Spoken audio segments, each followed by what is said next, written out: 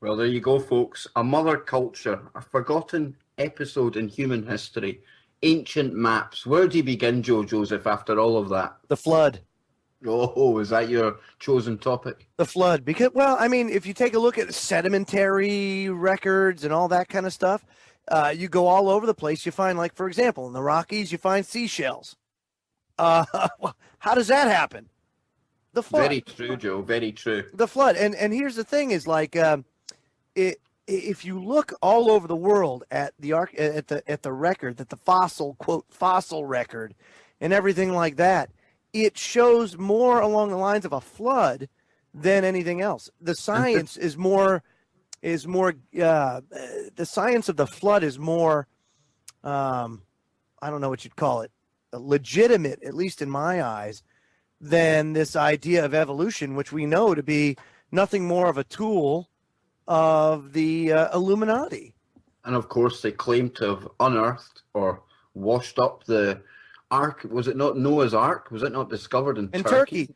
Yeah, in There Turkey. you go. I mean, do you hold much credence in that? Do you think that's right, Joe? Absolutely, I totally do.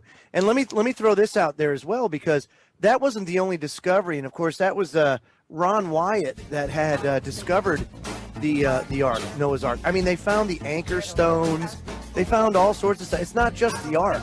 They found animal dung. They found rivets from the Ark.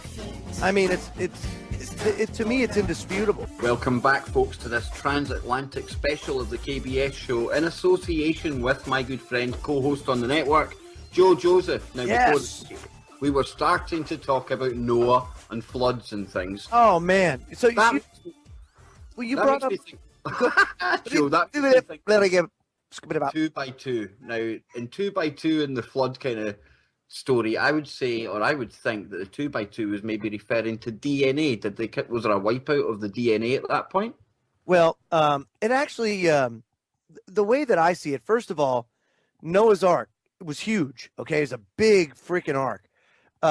But if you go with adult animals, not so good, because they take up a lot of space. So chances are they were the babies or even embryos or something like that, you know? Dolphins. Who knows? Dolphin. Well, they can swim, dude. What do they need to be in the ark for, dude?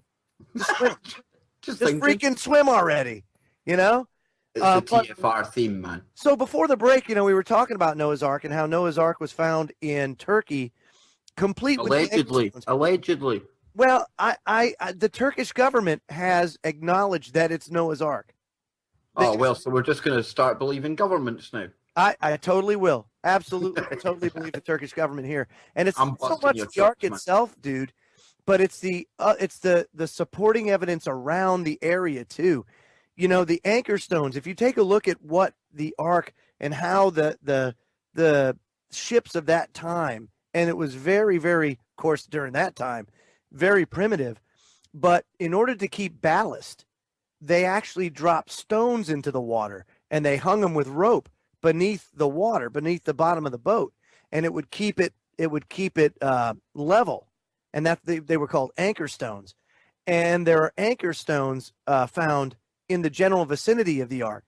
Now, Joe, sorry, but I must put in there, but when you're talking about Turkey, one area we must bring up as well, since we're talking about ancient civilizations and stuff like that, is the area of Göbekli Tepe. Now, a lot of people might not have heard of this, but you need to go and check this out, folks. I'll put a link in the chat room after this, but it's Göbekli. Now, Joe, this place, you need to go and check this out. There's carvings on there of animals from, say, other geographic locations, like over in South Africa, places like that. And the placing of these stones, the carvings themselves, and the actual enormity of this site, it is something to behold. I mean, this is like, we heard Graham Hancock talking about forgotten episodes. Yes. This is one of these episodes, isn't it? Absolutely, dude. I am totally of the belief that we all come from one creator, whether you believe it's a universe, you call it God, you call it whatever. I know it to exist. I know we didn't come from a pile of slime. That didn't happen. Okay, that is all a method and mode of control. They don't want you to know the truth, even if it means that we are spawned from a superior alien race. They don't want you to know the truth, so they're going to do whatever they can to muddy the water as best they can. Now, over the course of time, I think we've been our own worst enemy, especially when it came to the Bible, because version after version, language after language, when you start taking a look at the different languages and how many times it's been translated, well, each time that translation will butcher it even more. And it ends up now it's, the New International Version is in left field somewhere. It's totally not what it's supposed to say or what it's supposed to do or what it's supposed to mean. But when you go and you look at the archaeology that's out there, like Noah's Ark, like Sodom and Gomorrah, you can go to Sodom and Gomorrah. They still have the salt piles of people that were incinerated right there from Sodom and Gomorrah. You could still see the outlines of buildings that are now ash at Sodom and Gomorrah. Places like Los Angeles and London, they make Sodom and Gomorrah look like quite conservative. Like Disneyland. Exactly. Like Disneyland, yeah. The Red Sea crossing, when Moses parted the Red Sea, remember that? There is a distinct chariot that Pharaoh used that had 3 spokes. He was the only one in Egypt to use a 3-spoke chariot. And of course, Ron Wyatt in the 80s went and in conjunction with, I can't remember, it's a Switzerland, it's a university in Switzerland. I can't remember what it was, but they went down and they took one of those those submersibles down to the bottom, and they found Pharaoh's chariot along with 1,000 other chariots down there. But found. Joe, I must throw out there. I'm going to sound like a debunker here, but there's also information out there. I'm sure it's a Graham Hancock book, and there's actually a causeway out there, and there's actually a picture of a diver, and he looks like he's walking on water and stuff. But there's a shallow part of it, absolutely. But this isn't in the shallow part. That's okay. What's so crazy, dude. Okay. I'll stop debunking, man. No, you could debunk. I mean, that's fine. Debunk all you want. Debunk it. It's just you have to throw out there all the different information. We have to discuss the possibilities. Definitely. But how about Mount Sinai? They found Mount Sinai. They know where it is. Saudi Arabia fenced it off, said, no, don't go in there. The altar that the golden calf sits on is still there. And it's got all the carvings and all the ancient Hebrew carvings in it. It's fascinating stuff. But people don't know the history. And, a lot of people need to see things to believe it. There's a lot of things out there that you can see to get that, to understand it. This is some fascinating stuff. And if for anything else, you know what we need to do? Talk about it. They don't want you to talk about it. Just talking about it. Even if you believe in, if you're a Wiccan or you're a Buddhist, let's all talk about it. Because guess what? If we talk about it, we're going to start to see the similarities between all the different beliefs, the faiths, the histories, and we would actually come together. That's what would happen. Instead of being divisive and saying, the infidels and everything else. Oh, no. Look, Muslim people, you used to be called Mohammedites, or before it was called Muslims. And before that, all they were, you had Isaac on the one hand that went to form the Hebrew faith or Israel. And then Ishmael actually came from, that's where Islam came from, Ishmael, because Ishmael was the illegitimate son of Abraham. And that's where the Muslim faith came from. But they all came from Abraham. So, that's like, damn. If we just figured that out, man, we'd all sing Kumbaya, get along, and the powers that be would just cower in fear. I would just love us to drop all that and just celebrate being human. Marty boy, you've been quiet. Yes. You want to chip in here, man? I just want to say I completely agree with what Joe's saying. You know, that's exactly how they keep us divided, you know, regardless of the religion, because I know I look into it sometimes and I don't really put a faith into religion, but I completely agree that we are part of something. And I don't believe in the whole monkeys evolution thing. There's so much more to it when you start experiencing stuff on different levels and you see something else, you know, you feel it. But this is something that they try to suppress. You know, they keep us divided with religions and manipulated religions. You know, I know there's a lot of good stuff in religions, but there's also stuff that's in there purposely, you know, to keep us divided. And if people could just look past that, I think we could be traveling this space, you know, we could be conquering other planets. God knows what we could do, the potential. The possibilities are endless, Marty. Whistles, think about it. People, they want us to think that we come from the same creatures that drink their own pee. I just want to throw that out there. Go ahead. Well, I've never practiced that myself.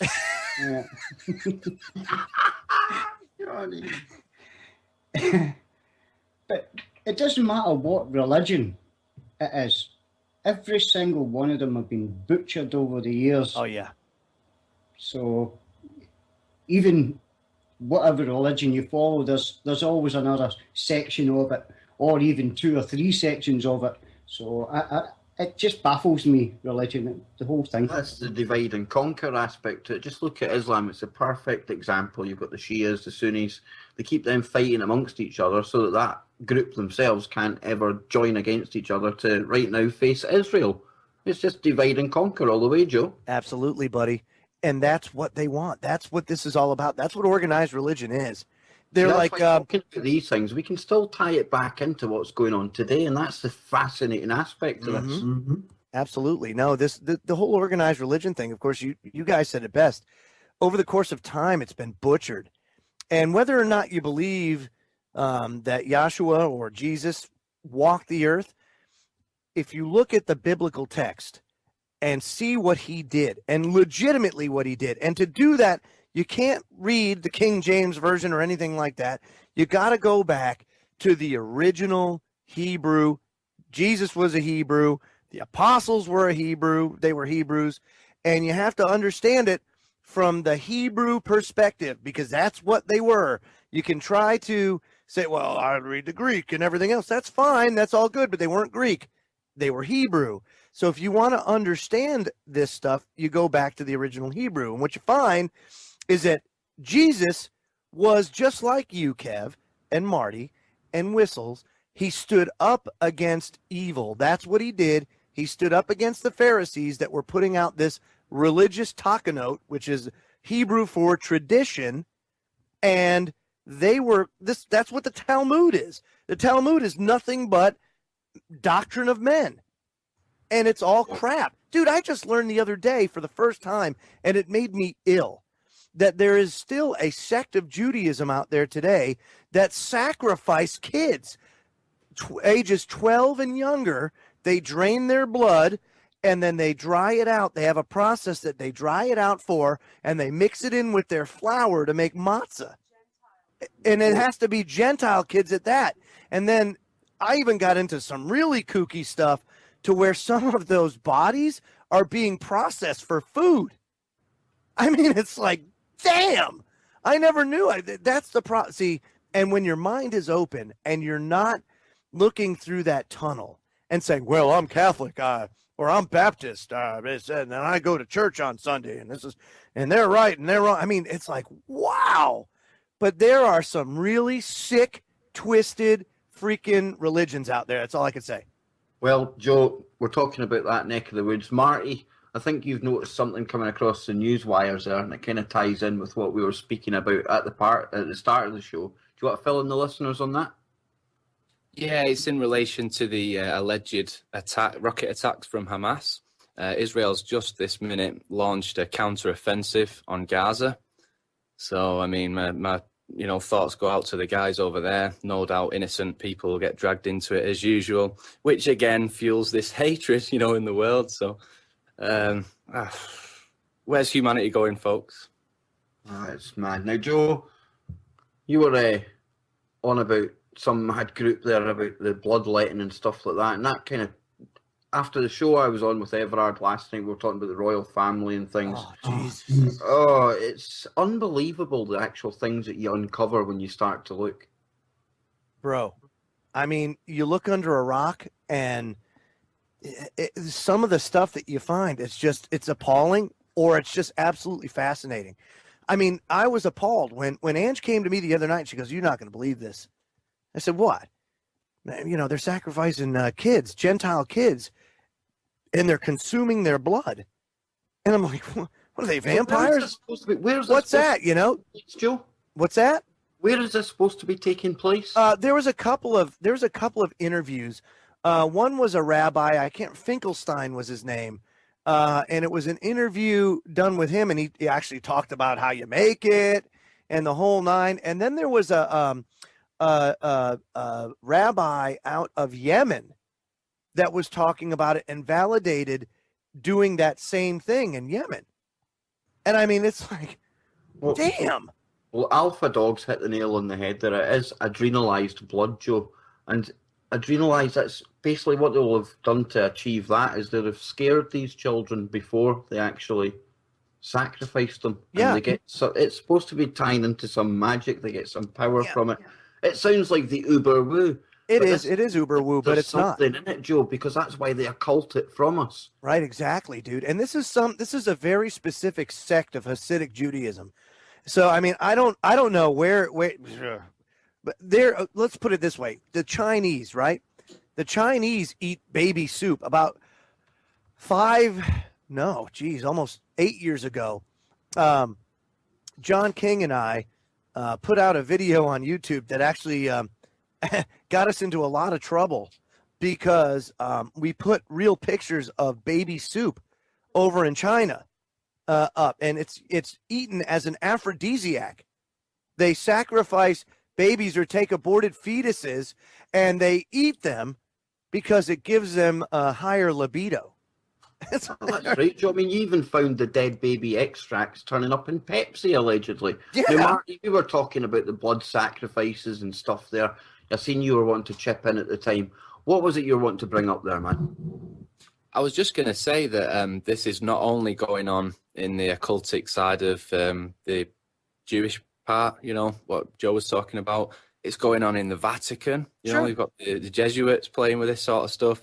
You've probably got guys in the Muslim Brotherhoods that's connected to Freemasonry on some level, all practicing this dark occultism. And it's just more proof that there's like Luciferianism, you know, that's going on this planet. And it just makes me think, you know, why do they put so much time and effort into worshipping Satan or these dark overlords? Yeah, they eat the blood of their enemies, Marty. If they don't exist, then why do they put so much effort into worshipping them? It makes me think, you know. Well, Joe, you were talking about a new age and stuff like that, and I must admit, when ISIS were sweeping through Iraq like the whole of Babylon, it was as if they were trying to bring about a new age, and now we've seen this new caliphate being announced. We've seen fighters talking about flying flags over Buckingham Palace and Parliament. We've seen them wanting to take back Spain. We've seen somebody declare he's the new successor to Muhammad. Are we seeing them trying to act out some end times here? You know, a lot of prophecy I found is self-fulfilled prophecy. I mean, it's almost like they go out of their way to fulfill it. So, and I guess it doesn't matter how it happens. The fact is that it happens. Now, the thing is about prophecy is put out as a warning. We have every power within us to stop it, to stop the cycle. But we haven't up to now. We still make the same mistakes over and over, and we let these occultists, we let these Luciferians go and do these things and run amok. It's, first of all, you know, to say that all Jews are evil, you can't do that. Just like you can't do that to Muslims or anybody else. We're all human beings. We all have our faults. No, nobody's perfect. We all have free will. But you can't stereotype people into and narrow it down to all Jews. All the way I see it, Joe, I think you get psychopaths, and they just decide to hide behind various books. They use various groups as vehicles for their psychopathy. Man, that was beautiful, man. That was beautiful. You guys make some excellent points, though. You can't judge everybody. There's good and bad in all walks of life. I completely agree with what you said there. And it's true, you know.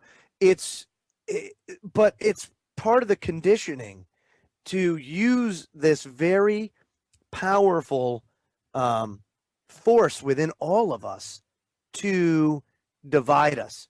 Just like it's very important for them that we don't understand where we came from. Because as long as there's all this confusion, they can control us out of the chaos. And that's the way human history's been. But, and this is where I believe we are now, and in the first hour of my broadcast, I'm going to play a clip about this. Where we are now is as was in the days of Noah, so it shall be when the Son of Man returns. I think we're at that critical stage. As a matter of fact, based on my research, I'm willing to say that I think right now we are in the tribulation. We are there. I can't even argue with you, Joe, especially when you factor in the stuff like transhumanism and dude, how can it go on? With 3 parents? What is that all about? We should not be tinkering with stuff like that. And the genetic manipulation, brother. You know, you talk about 3 parents and everything else, but look at the gene splicing that's going on. And that's what happened pre-flood. That's why God had to destroy the earth, was because there was not, DNA was totally and completely corrupted. Noah, and it's not even validated that Noah's wife was pure, although Noah's wife came from the bloodline of Enoch, and Enoch was a very godly person, so much so that he was raptured, quote unquote, and joined God up in heaven. There was only 2 people, as far as I know, that were immediately translated without dying. Enoch was one, and Moses was the other one. Moses went up the mountain, and off he went. See you later. So there was only 2, and they both happened, and they were both extremely powerful spiritual forces, you know, very, very powerful. Well, and Johnny brought up Enoch there. I was just going to say, Johnny, Joe mentioned Enoch, and I know that's somebody that you were looking into. Well, it's Noah's great-grandfather, Enoch. Is that what it actually is meant to be, aye? Yeah, it says that Noah says that he gave me all the secrets in the book and in the parables which had been given to him, and he put them together for me in the book of the parables. Well, we know that Enoch is not in the canonized Bible. That's right. But why do they take books out of the Bible, though, Joe? Who decides that? I mean, if it's in the Bible and it was given to us as that, who the hell is it to decide you take that out? Can I tell you something? I personally, as long as I have access to it, I don't care where it's at. As long as I can find it and seek it out, I'll be fine. Now we know that you know the original commission to form the canonized Gospels was by Constantine. Constantine was the first one to do it. Now Constantine was a sun worshiper, so it's very hard to believe that you're getting the straight poop from a sun worshiper. So King James said, okay, I'm going to commission an impartial body of scholars and priests to form the most accurate Bible that we possibly can. But Joe, is there not a lot of astrotheology and metaphor going on in the Bible? There has to be. Totally, dude. There is, first of all, let me say this. When using...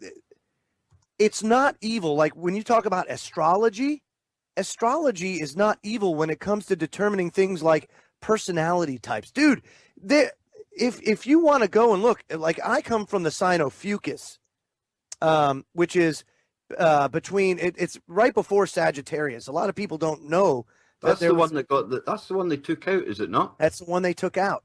Yeah, but it's very powerful. If you look at the personality traits of what your birth sign is, and you go and actually look at it, you're like, damn, it has relevance, dude.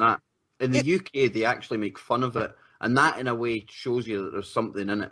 because they have these silly columns in the tabloid papers, and it's all, today you're going to meet somebody. But when you look deeper below the surface level, there's definitely something in it. I mean, these kings and queens, they used to dictate their lives by it, Joe. And here's the thing. This is one of the things they don't want you to know, is that God created the sun and the moon for signs. The first thing that it says when in Genesis that he created the sun and the moon for, and the stars, all that stuff, was for signs, for us to know things that are going to happen. That's the first reason why. Now, they don't focus on that because they don't want you to focus on that. But it is very relevant. And when you put all the pieces of the puzzle together, you come to find out that there have been signs, and we are going through a period right now with these blood moons. Dude, the blood moons are... Oh, the blood moons. Oh, they are unbelievably powerful signs. Especially when you look at what's going on in Israel right now, because with them all occurring on Jewish holidays, Joe, this is absolutely unbelievable. Right, culminating with it in the month of Tishri. The last one is in the month of Tishri. And again, there were two other times in the 20th century when we had blood moons like this fall on feast days. 1948, at the creation of the State of Israel, is when it happened.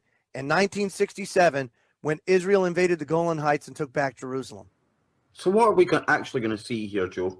What's going to happen? Are we going to see a genuine second coming? I mean, the Jews, they haven't actually had their Messiah yet, have they not? Well, that's what they say. Is that a whole other subject? Yeah, because, I mean, they're Messianic Jews. There are Jews out there that have accepted that Jesus was the Messiah, you know? And it's just each person's faith and spirituality is their own individual journey. But the one thing to glean out of it all is that we need to talk about these things, because when you talk about them, you find glaring similarities between all of the different belief structures and all of the different cultures. We all have striking similarities. Why? Because we all spawn from the same place and because we're all human. Absolutely profound, Joe. And that was probably the best way to take us out to the break. Marty, I think you're going to be leaving us after this hour, are you not? Or are you going to be staying on for just a little bit longer? Maybe one segment, but Joe, that was absolutely amazing. Jeez, dude. Wow. But we got 2 more hours, Marty. Come on, buddy. I'll stand tall in the face of tyranny. I want it all my freedom and liberty. I'll keep my guns, you can keep your security. I'll stand tall in the face of tyranny. I'll stand tall in the face of tyranny. I want it all my freedom and liberty. I'll keep my guns, you can keep your security. I'll stand tall in the face of tyranny. Absolutely spot on, Joe. That's why I try and keep reminding people. It doesn't matter what different topics we're into, stuff like that. We can even bang heads with each other on different topics, but at the end of the day, we can all share that one common denominator. And the sooner we all unite and all realise the fact that we are all human, people over in Palestine, Ukraine, anywhere that's under attack and under oppression tonight, the USA, we are all human, Joe. We are all human. And that should be, that should be the theme for tonight's broadcast when all is said and done. That regardless of your beliefs, regardless of our differences, if we don't come together as human beings and love one another and respect one another, then we're going down. That's all there is to it. And they know it. They know that they can control us if we stay separated. And so I want to start off this broadcast with a clip by Rob Skiba. And this has to do with the Nephilim and some of the pre-flood things that were happening on the earth. And he uses some of the other gospels that weren't in the canonized gospel or Bible, the book of Enoch, Jubilees, and Jasher, to come up with some very interesting and I think very plausible possibilities. Let's listen in. Welcome. Tonight we're going to be talking about Babylon Rising and the first shall be last. And my name is My life verse growing up was 2 Timothy 2:15, study to show yourself approved. And I believe the scriptures teach us to be like a good Berean, to search these things out that we see and hear to see whether they be true. And that's what I've done pretty much my entire life. And what I'm going to be presenting tonight is the culmination of about 25 years worth of research that has been kind of scattered over the 25 years, but really focused in the last year and a half. Last year and a half, it's all I've done. From the time I wake up to the time I go to bed is study, study, study the stuff that I'm going to be presenting here this evening. I imagine that there's going to be essentially three responses. I have three different types of people in this audience. There's going to be one group here that's going to say, well, isn't that interesting? And you're going to walk away, and that's going to be about it. You're going to just think, oh, that's pretty cool, whatever. And you're going to walk away. There's another group here that's going to suggest that I buy stock in tinfoil and get into the hat-making business. And then there's a third group here that's going to be like I was growing up. You're going to hear the things that I have to say, and it's going to cause you to question. And you're going to go and search and see if these things be true. You're going to dive into the scriptures to see if what I believe God has shown me is in fact true. You're going to examine history. You're going to watch the evening news and look at current events. And you're going to remember some of the things that I've said, and you're going to search these things out to see whether or not they are true. My hope is that all of you fall into the third category there. Although I do have tinfoil hats at home, so. But hopefully you will all fall in the third category there.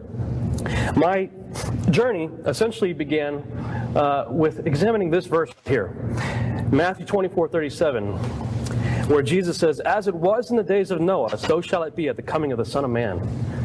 I always wondered about that. I mean, in fifth grade, they're telling me I came from monkeys, and I raised my hand in fifth grade and said, if I came from monkeys, why are there still monkeys? And the teachers could never answer my question to my satisfaction, so, well, what's the alternative? I started studying creation science. And anytime you study creation, of course, you have to study the flood, because the flood explains so much about the topography of this planet. Through catastrophe versus uniformitarianism. But I never really spent a lot of time thinking about it, the last part of that sentence there, so shall it be at the coming of the Son of Man. How many of you think we're getting pretty close to that being fulfilled? We're in the last days?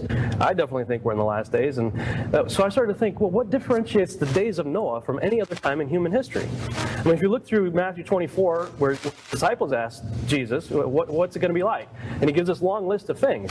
Well, there's always been wars. There's always been rumors of wars. There's been pestilence. There's been earthquakes. There's been all the usual signs of the last days all throughout history. So I'm like, well, what's different? You know, and God said, I'm not going to destroy the world with a flood again. So we know it's not going to happen with water. But so what differentiates the days of Noah from any other time in human history?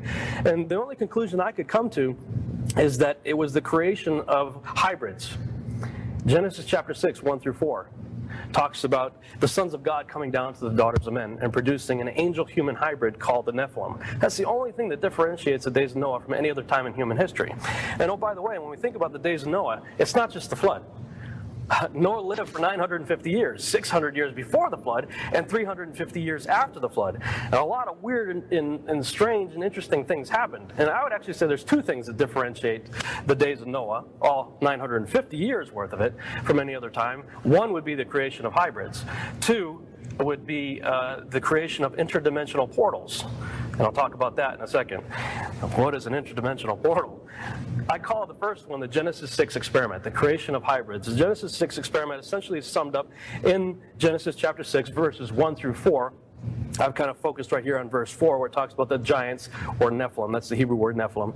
Were in the earth in those days, and also after that, when the sons of God came in unto the daughters of men, and they bare children to them, the same became mighty men, which were of old, men of renown. These are angels, not the sons of Seth.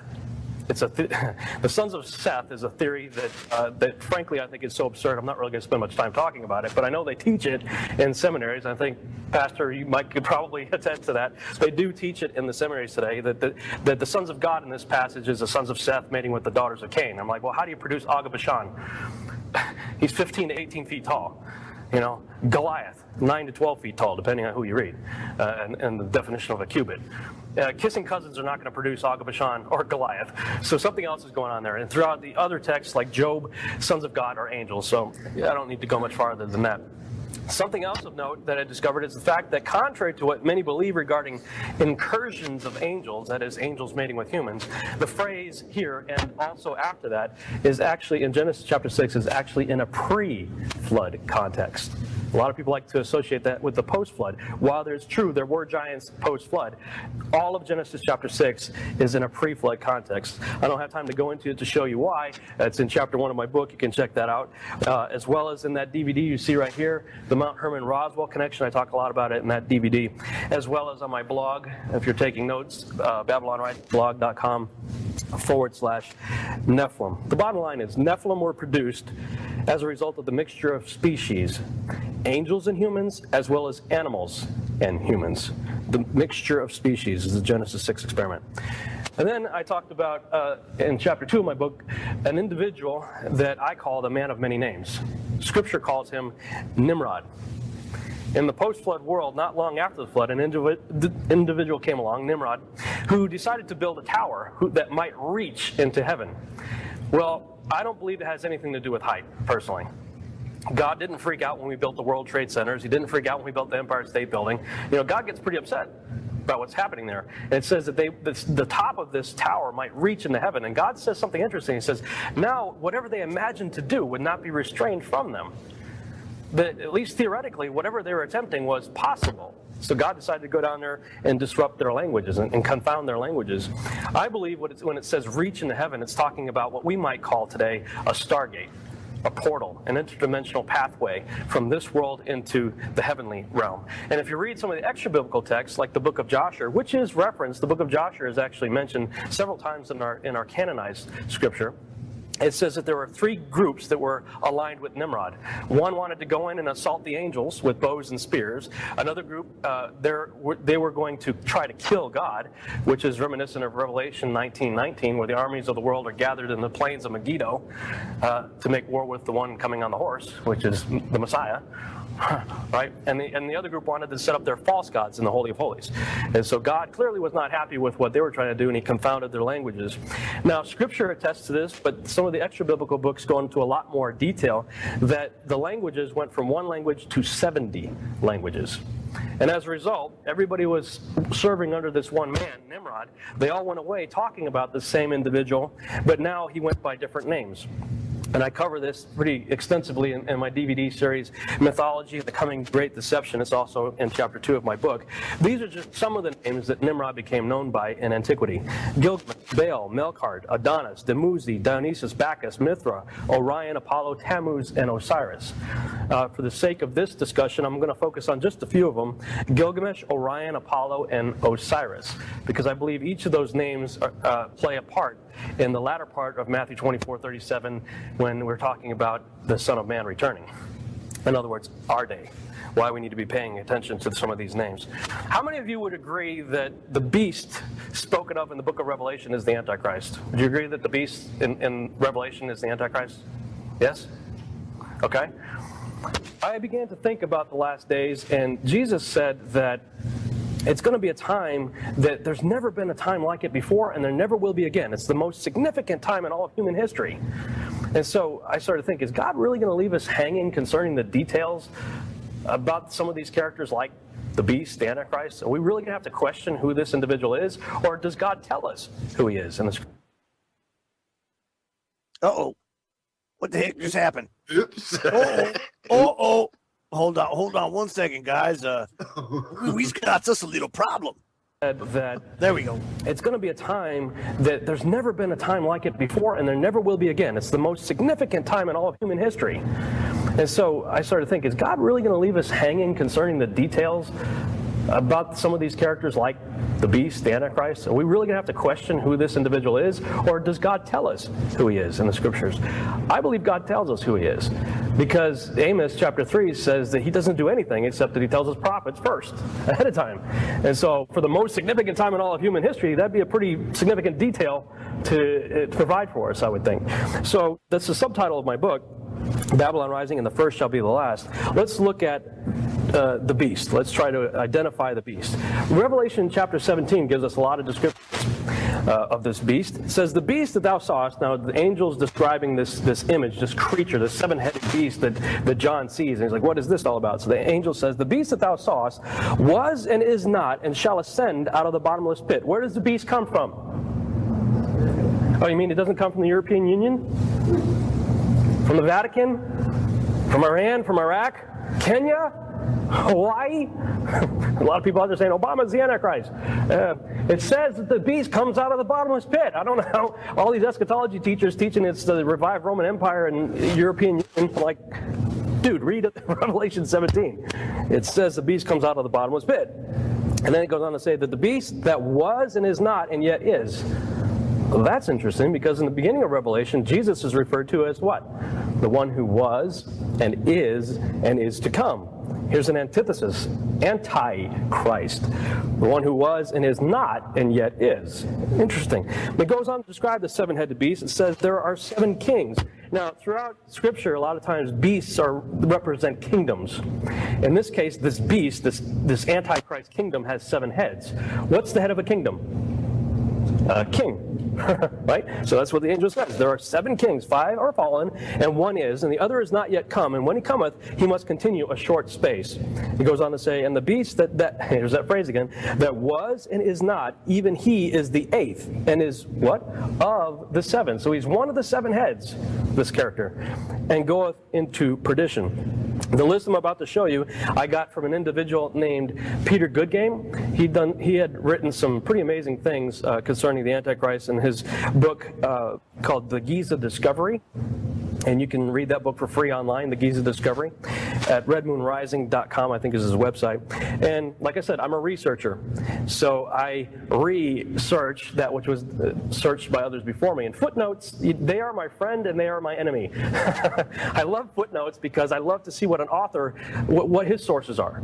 What did he search out when he wrote what he wrote? But the problem is when I see what somebody like Peter Goodgame, Tom Horn, some of these other researchers, I see their footnotes, I'm like, oh, I got to check that book out. So I go get another book. And then that book has footnotes, and I got to go read, as a result, I typically have numerous books in various stages of completion around me at all time. But as I researched what Peter Goodgame had searched, I agreed with his list. And this is essentially the list that he came up with, looking at people who acted like antichrists, who had characteristics of the Antichrist throughout biblical history, as well as our own history. The 5 who have fallen, he identified as Nimrod, who thought himself a god, tried to create a one-world system without God. His goal was to kill God. Definitely fits. Pharaoh of Egypt at the time of the Exodus, again, thought himself a god, tried to wipe out God's people. Fits. Sennacherib. Same thing, Assyrian. Thought himself a god, tried to wipe out God's people. The angel of the Lord comes down, wipes out, what, I think 170, 180, something like that, 1,000 of his troops, sends him home packing, and then his sons kill him. King of Tyre, you read about him in the scripture, and it starts off talking about a man, and halfway through the narrative, it changes to talking about Lucifer. So clearly this guy had some kind of connection going on with the devil. Antiochus Epiphanes is one likely candidate for the 5th one. Many of you know this was in the intertestament period between the Old Testament and New Testament. He set up a statue of Zeus in the temple and offered up a pig. Many people would say that is an abomination of desolation, at least a prototype of it. So he certainly fits that idea of an Antichrist, but I would say that Alexander the Great is also a pretty good candidate for the 5th one, based on history as well as what Daniel has to say about him. And when Daniel talks about the he-goat coming out of Greece that has a little horn between its eyes, it says that the little horn is the first king. And I'm like, well, Alexander the Great's not the first king, and who was the first? The first king in the Bible is Nimrod. So clearly he did whatever he did, apparently in the spirit of, or the same likeness as Nimrod. So he could be a good candidate for the 5th one. The one that now is, depends on when you think is. Like Clinton said, what's the definition of is? Right? If you subscribe to an earlier writing of the book of Revelation, it would be Nero. If you subscribe to the later writing of Revelation, it would be Domitian. Both, I could go with either one, although I think Nero is a little bit worse. This guy would have candlelit dinners to the burning Christians. I mean, this guy was definitely evil. I could go either way for the one that now is. But clearly, it's most likely a Caesar at the time that John wrote the book of Revelation. And then where it says that one shall come and reign for a short period of time, I believe a really good argument could be made for Adolf Hitler, considering everything that he did. In fact, a lot of people thought he was the Antichrist at that time. So if you subscribe to this list, I think that defines the heads of the beast. So let's go a little deeper. Revelation chapter 13 gives us some more details about this beast. It says that one of his heads, as it were, had a mortal head wound, right? He had a mortal head wound that is healed. And all the world wonders after the beast. Okay, well, let's look at the list and see who had a mortal head wound. The book of Joshua says that it was Esau that cut off Nimrod's head. That's definitely a mortal head wound. In fact, according to the story, he did it right before he came home and sold his birthright for a bowl of beans, which is a very interesting story. I know Daniel's got some other interesting information on that regarding what was going on with Esau. But I find it interesting that here's this mighty hunter, right? His dad loved him because he's such a great hunter. Comes home after a day of hunting and sells his birthright for a bowl of beans? What? Joshua tells you he just got finished cutting off Nimrod's head and that Nimrod's boys were after him, and he's basically like, what do I care about my birthright? I'm a dead man anyway. Just give me something to eat. Interesting. Pharaoh of Egypt, no, he did not have a mortal head wound. Neither did Sennacherib, king of Tyre, Antiochus Epiphanes, or Alexander the Great. None of those guys had mortal head wounds. Nero is said to have stabbed himself in the throat. Okay, if we consider the neck part of the head, we can give it the benefit of the doubt and say maybe he's a candidate. And according to history, Hitler supposedly shot himself in the head, although recent forensic evidence suggests otherwise, but that's a subject for a whole other seminar. So, we can look in the Old Testament for another description. One of the titles used most for the end-time tyrant in the Old Testament is the Assyrian. Which one of these guys is an Assyrian? Only one. Nimrod. And the latter part of that Revelation 13 where it says, and they worshiped the dragon which gave power unto the beast, and they worshiped the beast, saying, who is like unto the beast? Who is able to make war with him? It's curiously similar to a statement made in the Epic of Gilgamesh. Again, Gilgamesh is Nimrod. Who can compare with him in kingdom? Who can say like Gilgamesh, I am king? Just putting it out there. It's awfully similar. And while we're making some comparisons, let's look at some more here. Gilgamesh is said to be part God, part man. Jesus is God and man, right? Well, there's a similarity there. The Epic of Gilgamesh says that he was 1/3 man and 2/3 God. What's 1/3 of 100? 33.33%. What's 2/3? 66.6%. Interesting. And the 1/3 part of man, we are carbon-based organisms, right? The carbon molecule has 6 electrons, 6 neutrons, 6 protons. So just by default, the number of man would be 666 by virtue of the carbon molecule. But this guy's got 6s all over him. Interesting. He is the only other god of antiquity besides our God who is known as the King of Kings and the Lord of Lords. He's referred to that way in the hymn to Osiris in the Book of the Dead in the Egyptian mythology, referred to as King of Kings, Lord of Lords. His symbol is a cross. In this case, for Osiris, it's the Ankh.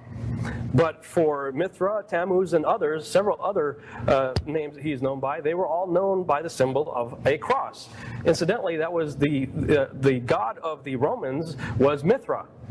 And so I find it awfully interesting that the Son of God was actually crucified on the symbol of a sun god. Very interesting. Throughout antiquity, these characters are depicted as dying and resurrecting figures. Although it's symbolic, they haven't done so literally yet, but they're usually associated with December 25th and the whole winter solstice deal. These are dying and resurrecting sun gods, and all has to do with the sun. And he, in the Greek mythology, is Apollo, who's the son of God, Zeus. So there's a lot of similarities between this character and our Savior, but they're all antithesis. You see what I'm saying? Christ, anti-Christ. He rules from elsewhere, just like our Savior is in heaven right now, although this character is in Hades. And interesting, when we go to Revelation 9:11, 9:11, that's interesting too, isn't it? 9:11. Revelation 9:11. And they had a king over them. Them is the scorpions that are the locusts. I mean, they come out, they look like scorpions, I guess. Which is the angel of the bottomless pit, whose name in the Hebrew tongue is Abaddon, but in the Greek tongue hath his name Apollyon. Apollyon is a derivative spelling of Apollo. Apollo know is Nimrod. So this just confirms Revelation 17, or Revelation 17 in this case confirms Revelation 9:11, that he comes out of the bottomless pit. It is Nimrod who is the Antichrist. Interesting to note that recently there have been some peculiar finds. Archaeologists are finding stuff. In 1999, Dr. Zahi Hawass, one of the most world-renowned Egyptologists, was poking around the Giza Plateau, and between the center pyramid and the Sphinx, with the little stars right there, he found what's depicted on the left and right. This very bizarre series of chambers that goes down over 100 feet under the earth. And they went down there and they had to pump it out of water first. And it talks about the beast coming out of water. They pumped this thing out of water, and when they went down and looked at it, there's an artist's rendition on the right there. They found a square moat of water surrounding a square island that had 4 pillars, one in each corner, that had ancient writing on it that I suspect are instructions for something. In the center was another moat of water surrounding a 10-foot. So basically what, let me pause this for a second, because we're going to be going into a break. And basically what happens is they found the tomb of Osiris in the Giza, right by the Giza pyramids, about 100 feet down. There's a shaft that actually goes off the main pyramid in Giza, and then it goes down 100 feet into this new tomb. And the tomb is actually the tomb of Osiris. And it was in water, like, I don't know, Kev, if you noticed or watched anything on the Great Pyramids. I'm sure you have. But there's a lot of water underneath them. Definitely, Joe. And I think that actual thing you're talking about there contained an object called the Osiron. Yes! Which was arguably a Stargate technology. Yes! Absolutely. Dude, I mean, but see, this is the thing. This is what they don't want you to know.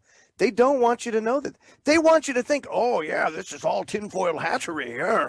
No, folks, it is very, very real. And it's like Marty said, they believe in it to the point where they feel it necessary to repress it from us and to even kill us over it. Think about that. And if they believe it, why shouldn't we believe it? Why shouldn't we understand it? You know? The Bible calls the prophets and people of the day that understood things men of understanding. That's all they are. That's what we need to be, men and women of understanding. We need to understand things for what they really are. And to do that, it's going to take all of us diving into this stuff and discussing it amongst one another. And we may not all agree. Joe, have they come to that level of understanding now when you look at technologies such as CERN? Where they openly admitted there was a chance they could open up wormholes, portals, interdimensional gateways? Totally, man. Look at the EU building. It's a recreation of the Tower of Babel. And also, if you want to look at the BBC Tower, folks, myself and Chris Geo were talking about this last night. It is strikingly like the Tower of Babel. By Kev Baker's show, Kev Baker and the Woo Crew. That's right, Johnny Whistles and Marty. Marty had to take leave, and rightfully so, as he's a hard worker, man. Yeah, he's up early. Up early. So, hey guys, so first of all, Whistles, what did you think about that piece and what it means? And one of the things that got cut off was the fact that in 2003 in Iraq, there's a claim out there, and it was verified by a general. This is according to Steve Quayle, so you take it for what it's worth. Sometimes he can be a little bit over the top. But if this is true and they found Gilgamesh in 2003, then technically, with our technology, they could actually take his DNA and bring him back. Now imagine that. No, that is woo. I mean, it's serious woo. But also go with this. There's a lot of researchers that have dived into this, into the Nephilim, into what it actually means and everything else. And based on not only the canonized Gospels, but also the extra biblical texts like Jasher and Jubilees and Enoch, there's a lot of justification in those books that tell when the Nephilim died. God didn't, first of all, when the Nephilim were created, they were apostate. It was the culmination of angel seed mixing with human seed. And the first generation Nephilim, it was when I think it was Jasher, gave a measurement of, I can't remember how many cubits, but it actually equated to 450 feet tall. I mean, that's freaking, yeah, huge. So think about this. First of all, if you're a 450 foot tall giant, how the hell are you going to mate with a human woman the way that we understand it? You're not. So what do? How did they do it in the past? It had to do with genetic manipulation, taking the seed or the egg and fertilizing it and making it more, but outside the body. Obviously, it wasn't intercourse, you know? So, yeah, but well, go ahead. I was going to say the sperm would be the size of a whale. Maybe that's where the term sperm whale came from. Never know. You never know. So anyway, yeah, what they also went on to say was that in these extra biblical texts, they get into the fact that the first generation Nephilim were doomed to have a life of 500 years. That was their lifespan. So after 500 years, they died. When they died, their spirit didn't go to heaven. They didn't go anywhere. It stayed here. Kissinger and the likes of him, he looks like he's going to be living till he's about 500 years old. Or what's his face? Rockefeller, Keith Richards. He's about 500, isn't he? Oh, him and Mick Jagger. Oh, yeah. Yeah, they're petrified. But so anyway, but this is what a lot of biblical researchers out there think are demons today, are these disembodied Nephilim. And what you have here, like, if that's the case, let's just say that this guy's right. And the spirit of Nimrod is an Antichrist spirit, which we know it is. Antichrist just doesn't mean like the Antichrist is coming. Dun, dun, dun, dun, dun. No, it's a power. It's like the Kev. It's like positive energy. Well, you got to have the negative energy, don't you? Well, Joe, I think it's the way I've always kind of thought about this since I've looked into this stuff. You hear about these bloodlines of the Illuminati. I know it's a bit of a catch-all phrase, but then if you trace it right back to the origins, I mean, what if their DNA is different? What if in some way they do have different kind of DNA coding than us? Everything's vibrational, and these demonic entities or demonic Nephilimic spirits that you're talking about, maybe they do tune into that frequencies better, and that would explain why these elites who are in control of everything, they do have the power, and we are seeing us back at the times of Noah because it's their system that is playing out. It could very well be. You know, the Bible says that we struggle against powers and principalities, and the wickedness. You know, the wickedness. It's something that we are always in a continual struggle against. And like I said, I think we all possess the ability to connect spiritually, but that knowledge is repressed, you know, and then they do things like they fluoridate the water, which numbs you. You know, what does it do to your pineal gland? Calcifies it. Well, Hitler used it at the death camps, did he not? Yeah. I mean, it's a poison, dude. Unbelievable. There's no doubt about it. It's a poison. Yeah, Ange just sent me a story. I want to bring this up because it's kind of relevant here. But this you really need to get Ange on with us one night. night. I know she won't. Let's hear so much about this great woman, and she is a great woman. I assure you all out there. But she definitely would make a great person on the show one night. Yes, she would. But see, she feeds me all this info, and then I got to be like, shh, quiet. Ah, so that's why you're so good. Yeah, well, you think it's me, dude? I can just talk clever, man. I can just talk a good game. That's all. But she sent me this. It's 21stcenturywire.com. But these new studies say that conspiracy theorists are sane, while government dupes are crazy and hostile. Oh, imagine that! Imagine that. What's a typical, like, if you were to classify or describe what a conspiracy theorist is, Kev? What would you say is a conspiracy theorist? What makes up a conspiracy theorist? Right, are you talking about like the mainstream version or what I would say? No, a genuine version. Well, I would say it's somebody who actually openly thinks about things and questions everything.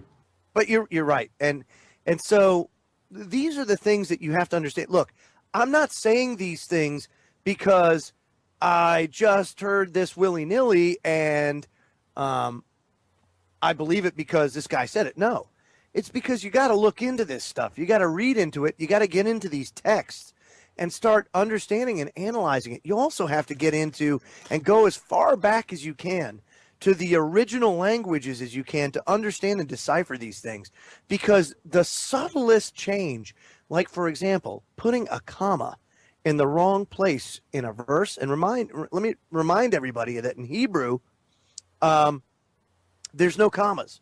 So when you translate to English and there's punctuation, that's a problem, because if you put a punctuation mark in the wrong place, it can change the context of an entire verse. So I mean, something as stupid as that, let alone mistranslating. You know, that's the issue that you run into. So this was very, very profound as far as I'm concerned, because it definitely brings a different twist onto things. Just like, you know, we brought up the southern border on your show. Who the hell would have thought 6 months ago, a year ago, that a false flag attack was going to manifest like that? And what gets me though, Joe, is at the same time, airports all over the world, it's heightened security, terror alerts. If there was any genuine terror groups out there, here's a clue: going through Mexico. For real, dude. I mean, come on. It doesn't take a rocket scientist to figure that out. It's like open season, you know? And okay, so and there's another possibility. Look at, they're saying, "Hey, look over there." You know, and everybody's like, "Huh?" Or the old, "Hey man, your shoe's untied" trick. And then you flip them up, you hit them in the face. You know? It certainly could be a distraction for something, but at the same time, it is a real issue too. No, what I'm saying is that the airport security thing, that's what they're doing. Oh, yes, yeah. Well, look at the airports. They're going to attack with planes again. It's the scare. Meanwhile, in the UK now, they're saying open. You can't even have an uncharged mobile phone if you go onto a flight now. If you can't turn your phone on or your laptop on, then no go on the flight. It's ridiculous. Yeah, forget drinking water, too. Don't bring a bottle of water on board. But if you're Saudi Arabian, get on. Hey, all aboard. No problem. Hey, Richard Reed, go ahead. They were sticking things in people's drinks, and that was actually through all the searches and all that, and then they're checking for explosives in a cup of coffee. Hey, you want to know something else? Chief researcher at Freedom Link right here just pointed out to me is she said that, you know, of course, what's the most important reason why they require you to have a device that powers on and off? Cool. Because they can't track one that can't power on. They can't capture the data. They can't pull it out. You know, they can't do all that stuff. And that's what they want. If it can't power on, they can't capture it. I never even thought of that. See, that's what I'm talking about. That's why we need Ange on the show. That's what I'm saying, but she won't do it. So guess what? You're stuck. Ha! Oh, she says, okay, I'll come on with you guys one night. But it'll have to be on the Kev Baker show. She won't come on my show. I don't think Ange could handle the Woo crew. Nah. So yeah, I mean, but this is the thing, you know, when we talk about the Nephilim and the Sumerians and all of this stuff, that's actually closer to the truth than what you're sold in Sunday school and churches all over the world. They want you to be subservient, to chant like the heathen, right? Because that's what do they say? Don't do it. Don't do it. I was a Catholic for the first 13 years of my life or so. Guess what? What do you do in a Catholic mass? You know, it's all chanting, and the music sucks. I'm sorry. It's the most boring. You want to talk about making spirituality about as boring as watching grass grow, go to a Catholic mass. It's painful. Yeah. It is painful, really bad. It's an hour that you'll never get back. It is. It's like life lost. You actually probably on your deathbed, you're like, oh, I regret all that time wasted. But it's true. I'm outnumbered by Catholics tonight. Can't believe it. No, I was. See, you learn things, you I'm know. a Reformed Catholic. Yeah, you learn things and you move on. You carry on smartly. Look, we all make mistakes, right? Some things are, and you know, I gotta, my hat's off to my old man because, regardless, my father to this day is a Catholic. He is. Now, he's not the same type of Catholic as you might think. It's a cultural thing. It's a traditional thing that he's stuck in.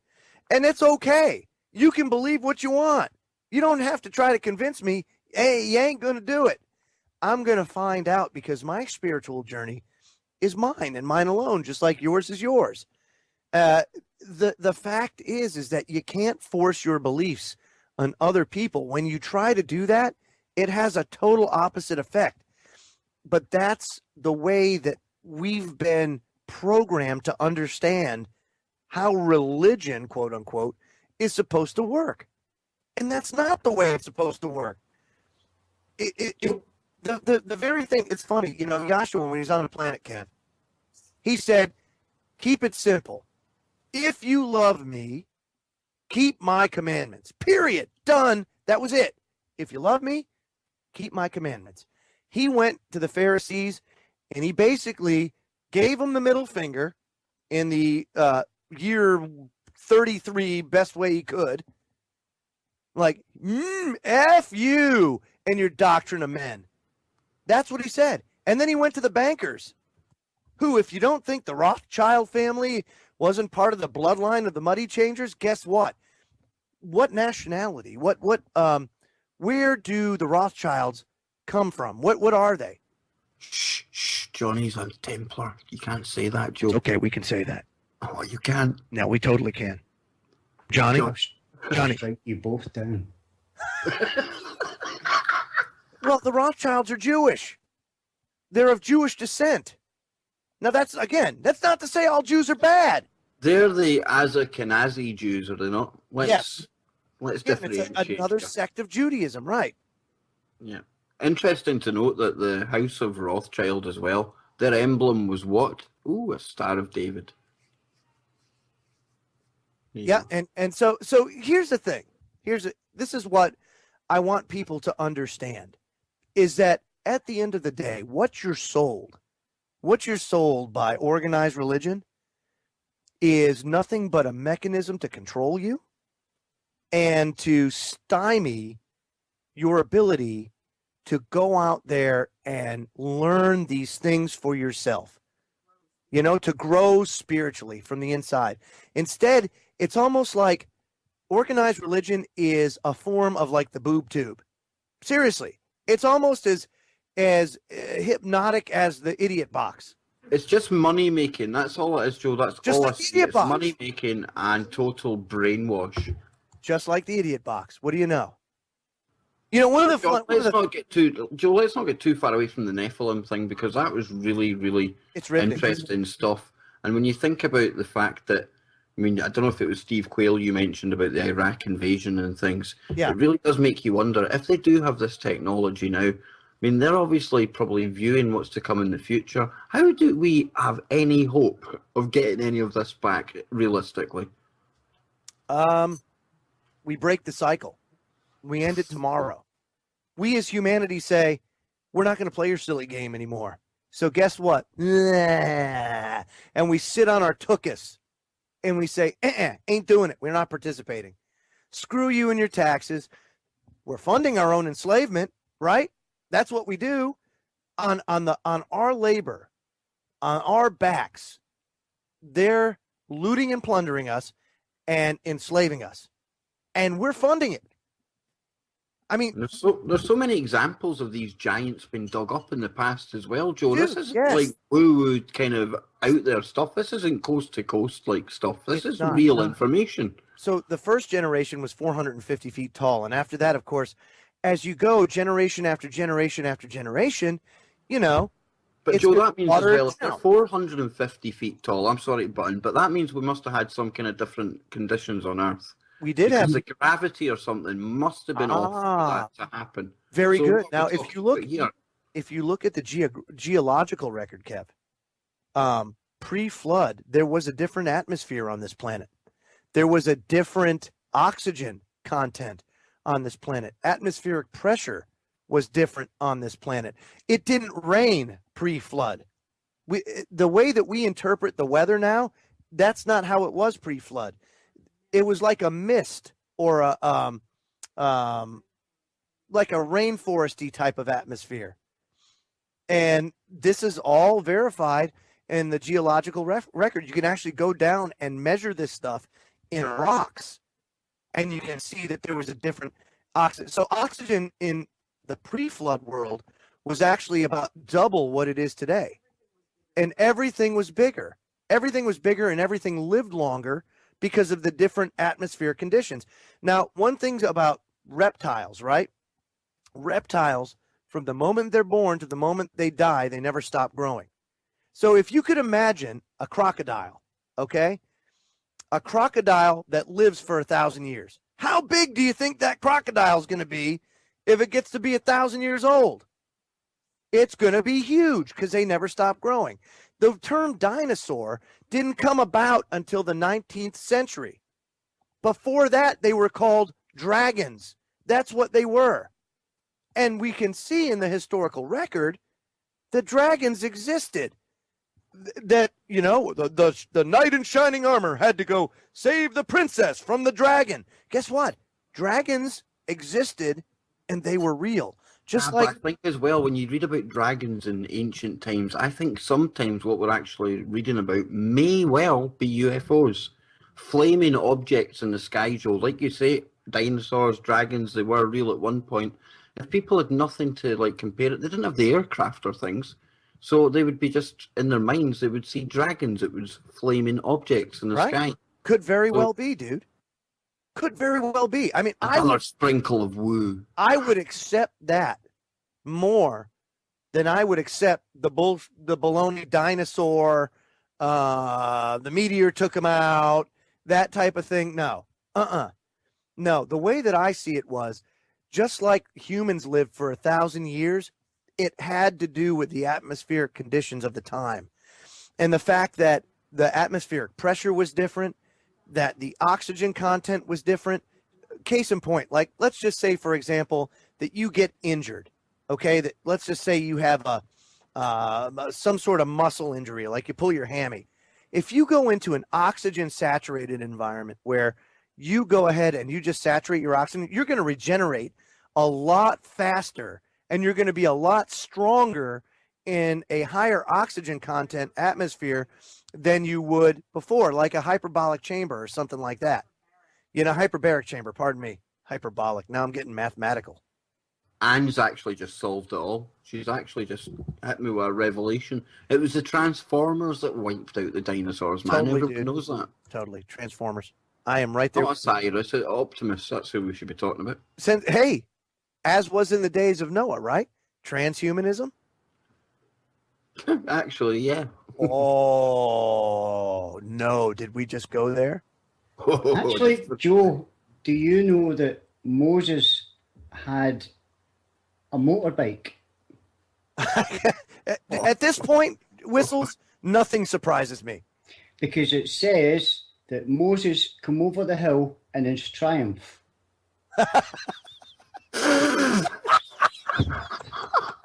Now do you see why I need whistles, Joe? Yes. See, that's what I'm talking. You know, he reminds me a lot of Johnny King. And guess what? At the start of hour number 2 of the Freedom Link, Johnny King was good enough to tape a King's Court for me. So we'll be playing that at the top of hour number 2. Also in hour number 2, when we get back, since we're talking about Nephilim and actually how much more real a possibility that the Nephilim existed. I truly believe Nephilim existed. The Bible says Nephilim existed. The extra biblical texts say Nephilim existed. And The Sumerians say Nephilim existed. So guess what? I'm going to go with the fact that, yeah, Nephilim exist. But I'm going to go and I'm going to show you some of the other traditions that are celebrated today and where those traditions actually came from and what their purpose are, what the purpose of these traditions are. And what you're going to come to find out is it's nothing more than distraction, to get you distracted, to do these silly things. And that's what they are. They're silly to keep you distracted. Meanwhile, you're doing some pretty sick stuff. You don't even know what you're doing and what it represents. So we'll get into that in hour number 2 too. But, trust me, folks, this is really, really good stuff.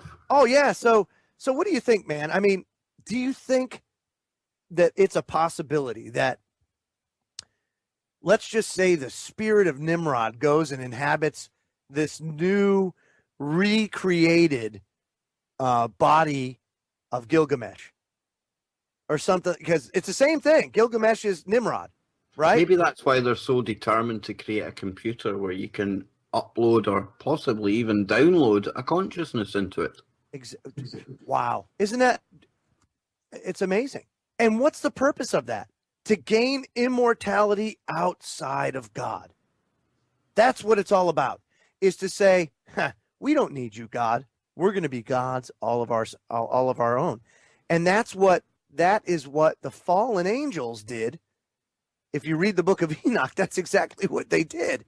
Well, you know, Joe, there's transhumanists out there right now that say if they could actually square up one-on-one with God, their creation would be better than God's. They reckon they could take him on in a fight with the technology they've got right now and outdo his creation that we see all throughout this universe. Can you imagine, dude, the arrogance, the absolute arrogance of just what you just said? I mean, of course, at the same time, we're dealing with people who, we talked about evolution. They honestly think that we're just the step to the computers. Once the computers realize that we're just waste, we're just a threat to them, then they're actually going to celebrate the fact that they're going to wipe us out, Joe. Yeah, I mean, think about this, the war in heaven between God and Satan. The whole purpose of that was to wipe out God, to make Satan God. He thought hey, I can take you out, baby. Guess what? Didn't happen. And so now we have that spirit, that energy, which I think is a universal energy, just like good is a universal energy. We all call it different things, but it's all the same thing, if you ask me. And it doesn't matter what you call it at the end of the day. Fact is that if this transhuman agenda is allowed to go forward, we're done. We're finished. Human beings at that point become obsolete. You know, Joe, it's a bit depressing, but I think we've already reached that tipping point. I really do. When you look at some of the stuff they are coming out with, it's beyond belief. It truly is, you know, and I just can't imagine a bionic whistles or a cyborg whistles at that point. Oh, the mind boggles, doesn't it? He may stop whistling. Yeah, could, but yeah. He is the Kev Baker Show's Johnny King. Well, hey, can I tell you something? We all need a Johnny King at the end of the day. But anyway, guys, hour number 1's done. How do you like that? Hour number 2 of the 3-hour festival of transatlantic truth. Good grief, transatlantic. Wow. This is Truth Frequency Radio. No hate, no hype, no fear. Real people, real radio. Joined by Kev Baker and Johnny Whistles of the Kev Baker Show. Guys, hour number 3 already. Damn. It just goes too fast, Joe. It really, really does. I hope the listeners are enjoying this as much as I am, because this has been brilliant stuff yet again. Yeah, man. I mean, this has been truly awesome. Now, before we get back in to the subject matter that we were talking about, of course, we left off with the Nephilim and all that stuff. I'm going to play something that Johnny King recorded for us on the 4th of July. This is the King's Court. So without further ado, the great, the one, the only, Johnny King. Thank you, Joe. Being awake for the last 10 years has jaded me somewhat. Not a lot of surprises to me. Being prepared for any event that comes down the proverbial pike gives me comfort and very little concern. The threat of nuclear exchange is unlikely due to the fact that the elite want the resources. Land, water, and food are useless if irradiated. The one thing that I have been giving some thought to is the Ebola outbreak.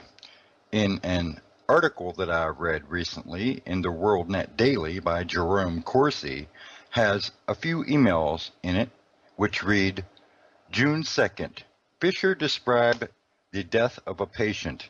Today was a pretty tough day. One of the first 2 patients I admitted on May 30 died. I walked into his room and he was on the floor, half naked, surrounded by bloody emesis and diarrhea. I put him back in bed, bathed him, and put fresh clothes on him, and as I finished, he died. The email further goes on to say, it's pretty emotional to bathe a 27-year-old man who was incredibly strong and rendered completely helpless. His sister is next door and will likely die in the next hour. This is all in front of the other patients in the room, many of whom are family members or neighbors. The despair is suffocating. His description of the workers clothed head to foot in a rubber suit was equally compelling. Yesterday, I went into the isolation zone carrying a small thermometer in my pocket to measure the temperature in my suit. 46 degrees Celsius, or about 115 degrees. We spend between 1 and 2 hours in there at a time, typically 2 to 3 times a day. How about 8 hours a day in a steel mill or a foundry where temperatures of 115 degrees are normal? But have to pay very close attention to the breathing in the suit and the heart rate, and head out when they start to increase, as it takes 10 minutes to actually get out of the isolation zone. What a gruesome fate, huh? So why does this concern me? I mean, after all, they are making efforts to contain the spread. This is exactly why I'm concerned, as this article states that the Ebola virus has alarmed international health officials because of the frequency of international air travel has increased, and the possibility of the outbreak in one nation may quickly be transmitted to other countries by patients in the incubation phase of the infection. The other story that I've been paying close attention to is the government welcoming the illegals with open arms, handing out free lollipops on a free ride to anywhere USA. The press has been doing a lot of squawking about many of the illegals having diseases. Predictive programming? There we have the markings for the following scenario being much more likely. The powers that be handing out lollipops to illegals laced with a deadly virus, then getting transported to key destinations across the country. Then sit back and wait. I mean, they are already putting them into camps, military or otherwise. The almost perfect scenario for a false flag with a victim to blame it on. I mean, they didn't purchase all those disposable coffins that hold 5 adults and build all those incinerators in those camps for nothing, right? If an outbreak did occur, a national emergency wouldn't be far behind with a mandatory quarantine. It's also a way to facilitate the taking of our Second Amendment right to keep and bear arms. So, how, you ask? A panicked public would no doubt shoot on sight anyone that appeared to be Hispanic, or even prompting a handover because of someone getting shot because they appear to be sick. By no means am I trying to fearmonger. I am simply paying attention to the alternative media through several outlets and trying to assess their next move through known knowns, Mr. Rumsfeld. The picture that I see is not a pretty one. It can be done efficiently and covertly. So, I ask you, what would you do if an Ebola or deadly outbreak would occur in this country? It would also be an excellent way to control the masses during a monetary meltdown. Think about what I just said. We know our masters are ruthless and do not cherish human life.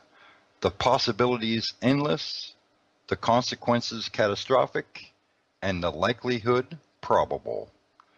Court adjourned. Ah, the legend, Johnny King. What do you Awesome think, Kev? stuff. That's brilliant stuff. And that when he started talking about the illegals, also Ebola as well, this bioweapon kind of meme.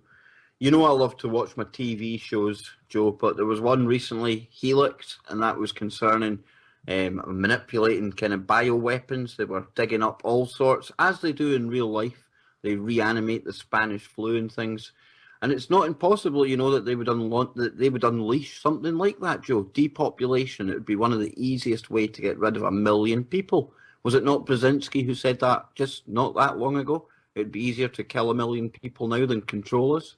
They could do that in a heartbeat. You know, it was Cliff Carnicom and his research in the late 90s and then throughout the 2000s into even up to today with his website, Carnicom Institute, that show that it wouldn't take much at all to wipe out or cause a pandemic using the aerosol campaign that we're constantly under assault from. You know, it's crazy.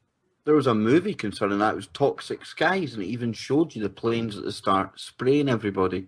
But yeah, it is. It's crazy, crazy times. But if you think of the terror groups that are allegedly going about Africa right now, Boko Haram, Al-Shabaab, how easy would it be to even, for them, if they wanted to get somebody in one of these infected areas, put them on a flight to somewhere, and if they even get on that flight, Joe, we're talking big problems here.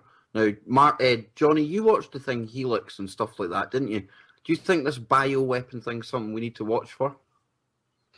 I would say so, Kev, because if you look at what they were talking about, the zombie apocalypse, that could be just exactly what John King was talking about. Shoot anybody that looks sick or Hispanic. It's just the exact same thing. Dude, what about that new rabies virus? Think about that for a second. That the manipulated rabies virus that can animate dead tissue, you know, the weaponized rabies. That is the zombie virus then, is it not? Yeah. Wow. It's already here. And all they got to do is psh. That's it. Done. And people wouldn't even see it, Joe. They would laugh at me and you for pointing up the way and not looking down at our phone. Because it's so out of the realm of possibility to good, normal, everyday human beings. It is so incomprehensibly evil that most human beings instantly write it off because they have no frame of reference to that level of psychopathy, you know? It's unbelievable. It's of a cosmic level, and it's completely and totally evil. That's what it is. So is this the way all civilizations just go, Joe? Is that what we're saying? Because it seems that there's a rise and then there's a fall. So are we basically ready for our fall now? I tell you what, man, I don't know, but I do know that is the reason why God has to intervene. Because if he doesn't, no flesh would survive. Hence, transhumanism. God said it himself in the text. He said, look, if I don't intercede here, no flesh will live. Makes it pretty simple. See, the thing that I don't agree with is worldwide global nuclear holocaust. I just don't see it happening. I don't see it happening. I think that the threat that was talked about in the Bible is the transhuman threat and the idea that human beings become obsolete. I don't know, Joe. I don't know. I just think maybe the thermonuclear war might be the modern equivalent of the flood that wiped out the last one. It could very well be. I don't know, you know? First by water and this time by fire. It does. It remains to be seen, you know. Of course, we'll never know. But I think we've got that many nuclear power stations. It's falling apart. It won't need to launch nuclear weapons. Well, let me just say this. What would it take? What would it take? Would it take an EMP, right? Let's just say that you get an EMP. Now, let me give you a little background on EMP. They've known how to mitigate the effects of EMP for a very, very, very long time. Back towards Tesla's time, they knew how to mitigate the effects of electromagnetic pulse. That was the electromagnetism and the idea that we live in a magnetic universe, an electromagnetic universe, was what Tesla really focused in on. And he knew how to mitigate those effects. We know how to mitigate those effects today. Say the United States Navy, I'm going to use them as an example since I'm a Navy vet. Our systems were all hardened against EMP. We had EMP filters. That's all you need. We could operate just fine. Well, if that's the case, right? If our military can have EMP filters, why isn't the electrical grid hardened against EMP?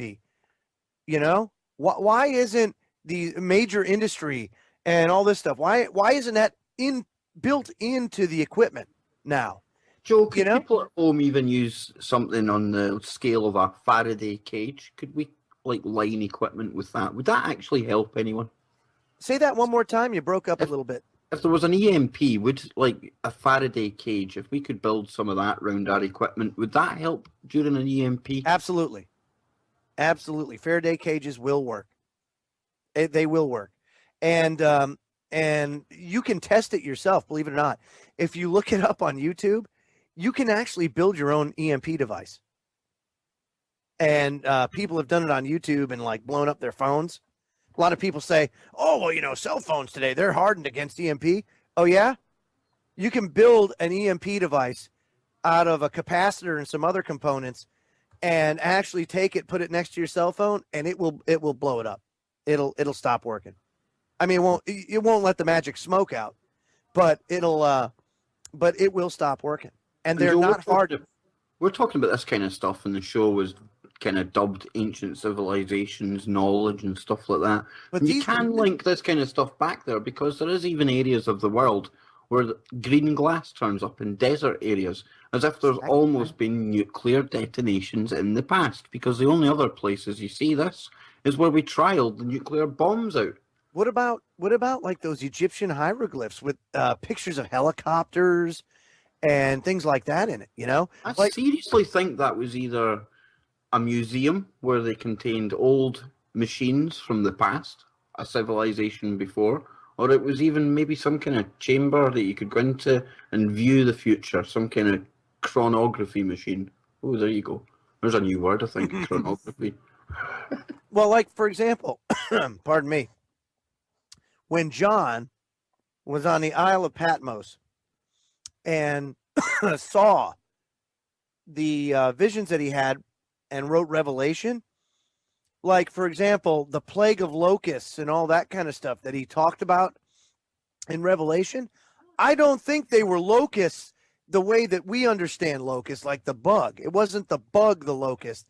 He was seeing military helicopters and aircraft, and he was equating that to what he could understand, it being 2,000 years ago.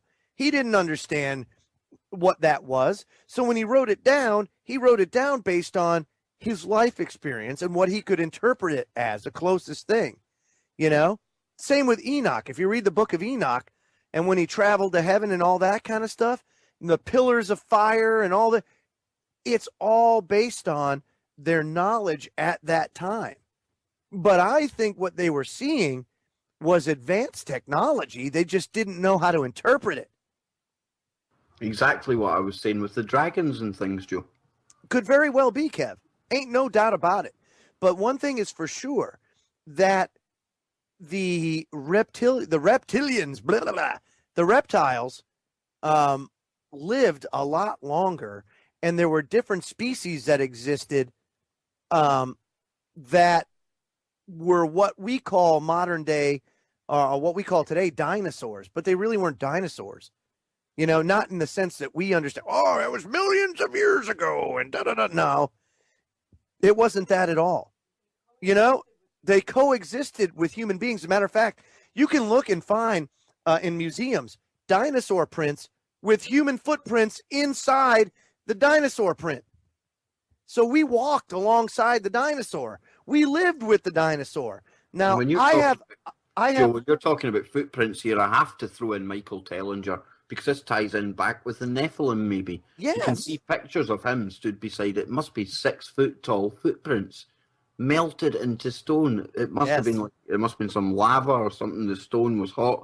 But the size of this thing, because it certainly wasn't human, Joe. No, Goliath was a Nephilim. You know, a great example as well. Yeah, I mean, and I'm sorry, I believe that to be true. I believe Goliath existed. I believe giants existed. The footprints are there. The skeletons are there. Even some of the older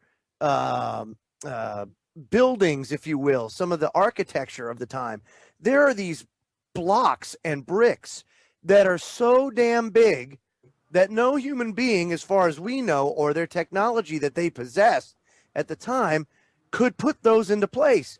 Johnny Whistles, you've got an idea for that, don't you, man? Go ahead, Johnny Whistles.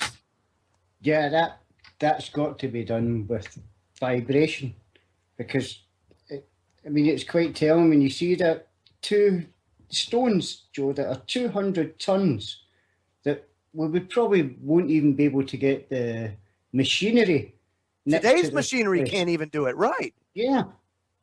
Well, that's what I'm saying. Not only just to move them, but to actually place them with incredible precision. Exactly. So it could be a couple of things, right? It could be a tractor beam. it could be a 200-foot, 150-foot giant. You know, there's so many different possibilities, but the fact is that they're all plausible based on actual research. We've got tractor beam technology in Scotland now, Joe, just to fill you in. Dundee University, they cracked that one the other day there.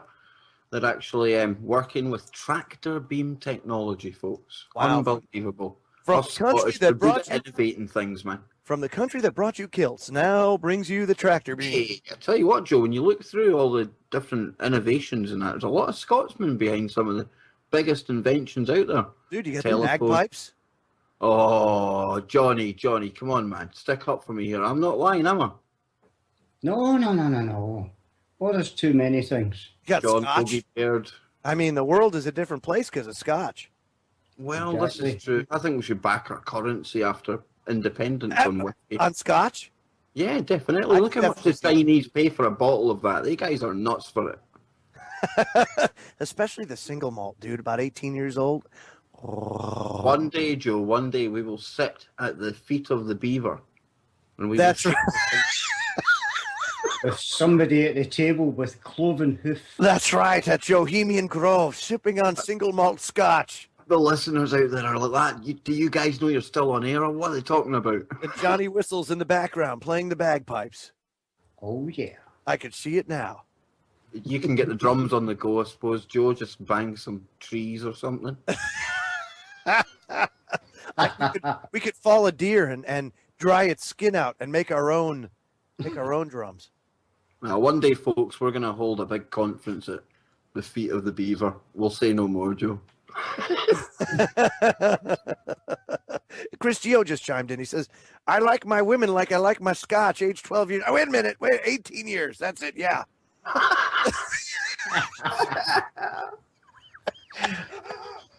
Oh my gosh, I tell you what, I tell you. So anyway, talk about a derailer. I want to also get into, and I guess we'll do this on the other side of the break, is some of the pagan origins of, and I hate to say, some of the controlling factors that are used in organized religion to get people off of the right track. And they're doing these totally senseless rituals and everything else that actually, if you want to talk from a spiritual perspective, have so much negative energy and influence associated with them that you can't help but be on the wrong track if you celebrate these stupid, pointless holidays that have absolutely no bearing on actual true human history. But Joe, that's the thing. They've occulted the true meaning of these holidays and these ceremonies so much that people honestly, they quite literally don't know what they're participating in. That's right. My wife still feels horrible grief over giving up Christmas. She does, but we had to, because once we learned the truth, it was like, and I know there's a lot of people out there, well, it's all what you make of it, you know? It's all what you make of it. No, I am sorry. I don't buy it for a second. I think that just like the cycle that we're in, if we don't stand up and break that cycle, and that goes for all of the Takanot, all of the tradition that's out there, dude, that is all part of the control mechanism. It's all part of the control mechanism. I don't care what you make of it. You're being controlled if you participate in the system. You understand what I'm saying? I do, but it's hard to actually totally get out the system, if you know what I mean, Joe, especially when you have a young kid who's growing up in school. And like the Christmas you brought up there, I mean, it must be hard explaining to children, you've gone through it right enough, what the actual true meaning of this is. And then think of the almost animosity and adversity they'll face when they go and face their peers at school. Because over here, homeschooling isn't such a big option for us. No, I hear you. But let me equate this to when I was in school, okay? When I was in school, I went to school with some kids that were Jews. And you know what they told me? They were like, oh, dude, you guys, you can't shake a stick to this because we have the feast days. And the feast days are very much like Christmas, only we get them 7 times a year. So he says, you guys are actually missing out. And you know what? They were right, because when I actually looked into it and what those feast days actually represent, it's actually a prophetic shadow picture of what's to come, these feast days. Oh, your inner Jew is shining out tonight, Joe. Oh, it's very, very interesting. It's very, very fascinating stuff. And at the end of the day, you know, I put more credence in that than I do in Christmas and Easter and all that. As a matter of fact, I'm going to challenge anybody to go to the Middle East. Go to the Middle East. Don't even ask a Jewish person. Go and ask somebody of Islamic faith over in the Middle East what Easter is. And you'll be floored to find out that everybody over there knows what Easter really is and why here in America we are called the Great Satan. Why we're called the Great Satan. Why? Because we basically worship Satan through these stinking holidays and all of our traditions and all of the BS that, you know what? When you look at it, you have to give it some legitimacy. You know? I should have been Jewish. I like all the feasts. I really think we should actually just start celebrating every single religious day from all the different religions, and then we could party 365 days a year, man. Oh no, dude. I'm all for it. I am all for it. But that's one of the things, you know, these feast days are actually more like that. It's a party, it's a celebration. It's a celebration of good things to come, almost like a dress rehearsal, if you will. Well, what one's coming up in September, Joe? That's the Feast of Trumpets. And it coincides with the blood moon. That's the Feast of Trumpets. Now, when we get to the other side of the break, I'm gonna play a clip about some of the pagan origins of these holidays that are suffered through. Whoops, Freudian slip. That are celebrated in Christianity, quote unquote, and then we'll get into what you were just saying, Kev, because I think this is all extremely relevant. And it's extraordinarily fascinating, folks, when you get into the meat and potatoes of all this. And then you find some good people like Kev Baker and Johnny Whistles to discuss this stuff for 3 hours with. Of course, I'm joined by Kev Baker and Johnny Whistles of the Kev Baker Show. And guys, what a fascinating 2.5 hours it's been. I mean, it's great. And isn't it awesome to be able to have conversations like this? And we just don't get all kerfluffled over different beliefs or different ideas or ideologies. Who cares? No, we have strong beliefs, Joe, and we still have a laugh about it. We can differ, and that's what it's all about. I wish people could get that through their nut. That is what it's all about. Yeah, me too, man. I totally and completely agree. Now I want to play this clip before we run out of time, because this is really interesting stuff. Where did some of these Christian traditions come from? And my good friend Michael Rood did a TV series on this very thing, and I took a snippet out of it that has to do with the pagan origins, or the the origins of Lent and Easter. And wait till you hear what the true origins of Lent and Easter really are. So the story goes, was gored to death by a wild boar in a hunting accident when he was 40 years old. That's Tammuz. The 40 days of weeping for Tammuz was instituted one day for each year of his life, in which sun god worshippers would deny themselves a pleasure in this life for the sake of Tammuz pleasure in the afterlife. When Tammuz's mother died many years later, the exalted Queen of Heaven was sent back to earth by the gods on the first Sunday after the vernal equinox. Nimrod's wife arrived in a giant egg which landed in the Euphrates River and broke open to allow her to emerge, reincarnated as the bare-breasted goddess of sexual desire, Easter. To proclaim her divinity, Easter changed a bird into an egg-laying rabbit. In this dingy Hinnom Valley Tammuz cave, the occult priest would impregnate virgins on the altar of Easter at the Easter sunrise service, and a year later they sacrificed those 3-month-old infants on the same altar and dyed Easter eggs in the blood of those sacrificed babies. To this day, one Christian denomination only allows their Easter eggs to be dyed a single specific color, blood red. They have no idea how the tradition started or what it rehearses. But now you know. Easter Sunday is now the day that culminates the 40 days of weeping for Tammuz, called by many Lent. On this day, entire denominations continue a tradition of slaughtering the wild boar that killed Tammuz and eating ham on Easter Sunday. There is one date that I assure you Yahshua did not rise from the grave, Easter Sunday. Frequently, Easter and Passover are an entire month apart. Why? They represent the worship of two different gods. Easter is celebrated according to a pagan sun god calendar. Passover is celebrated according to the observance of the biblical new moon and the ripening of the barley in the land of Israel. Yahshua kept the feast of Passover. All of the rehearsals that were embedded in that feast were fulfilled the year of his death and resurrection. He was the final Passover sacrifice. His sinless blood paid the price for our redemption.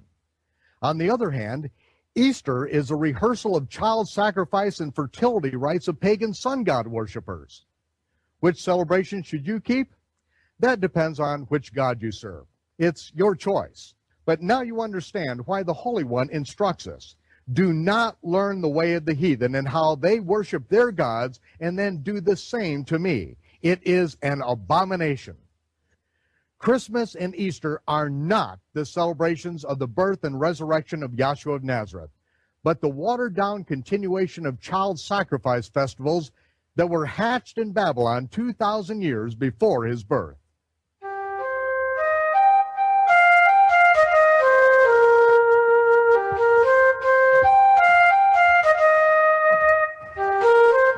We all recognize that the pagan calendar, which has been adopted by the Christian world, names every day of the week and nearly every month of the year after a pagan god or fallen angel. But many are surprised to see that the fourth month on the modern Jewish calendar is named after the pagan god Tammuz. In direct violation of the Torah, thou shalt not allow the names of other gods to come out of your mouth. I only speak the names of pagan gods for the same reasons that the prophets of Israel spoke their names, to expose the sick, twisted traditions that we have inherited from our disobedient ancestors. Religious schemes have been fabricated by the mind of man that have nothing to do with how God desires to be worshipped. Pop Christian culture adorns itself with the latest hip Jesus apparel and jewelry that asks, WWJD, what would Jesus do? But seldom opens the scriptures to find out. Yahshua found the place where it was written, said what was written, and did what was written. He did not make up his own theology as he went along. He always obeyed the Torah and said that the Father seeks those who would worship him in spirit and in the truth that was written in stone over 3,400 years ago. Of course, he's talking about the Old Testament. And basically, like I said, Jesus, or Yahshua, the activist, and that's what he was, you know. Not only was he the son of God, but he's also an activist.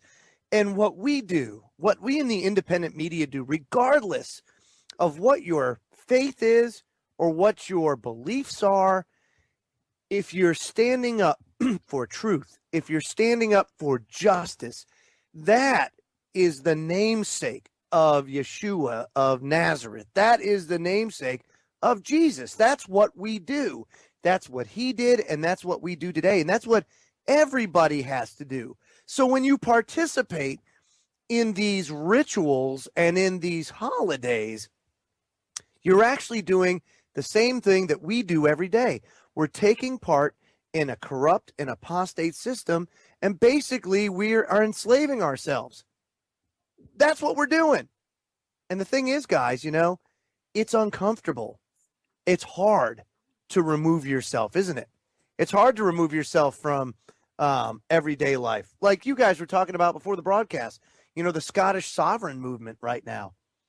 That's not to say they're not justified, just like the sovereign citizen music movement in the United States. They're justified. I think that common sense and justice and the quote, the real law actually favors them than it does the system. But you have to, somebody's got to start breaking the cycle, you know? Yeah, they were featured in a recent edition of Vice, as was... Hey, it's your favorite. Oh, yeah, the Vice man.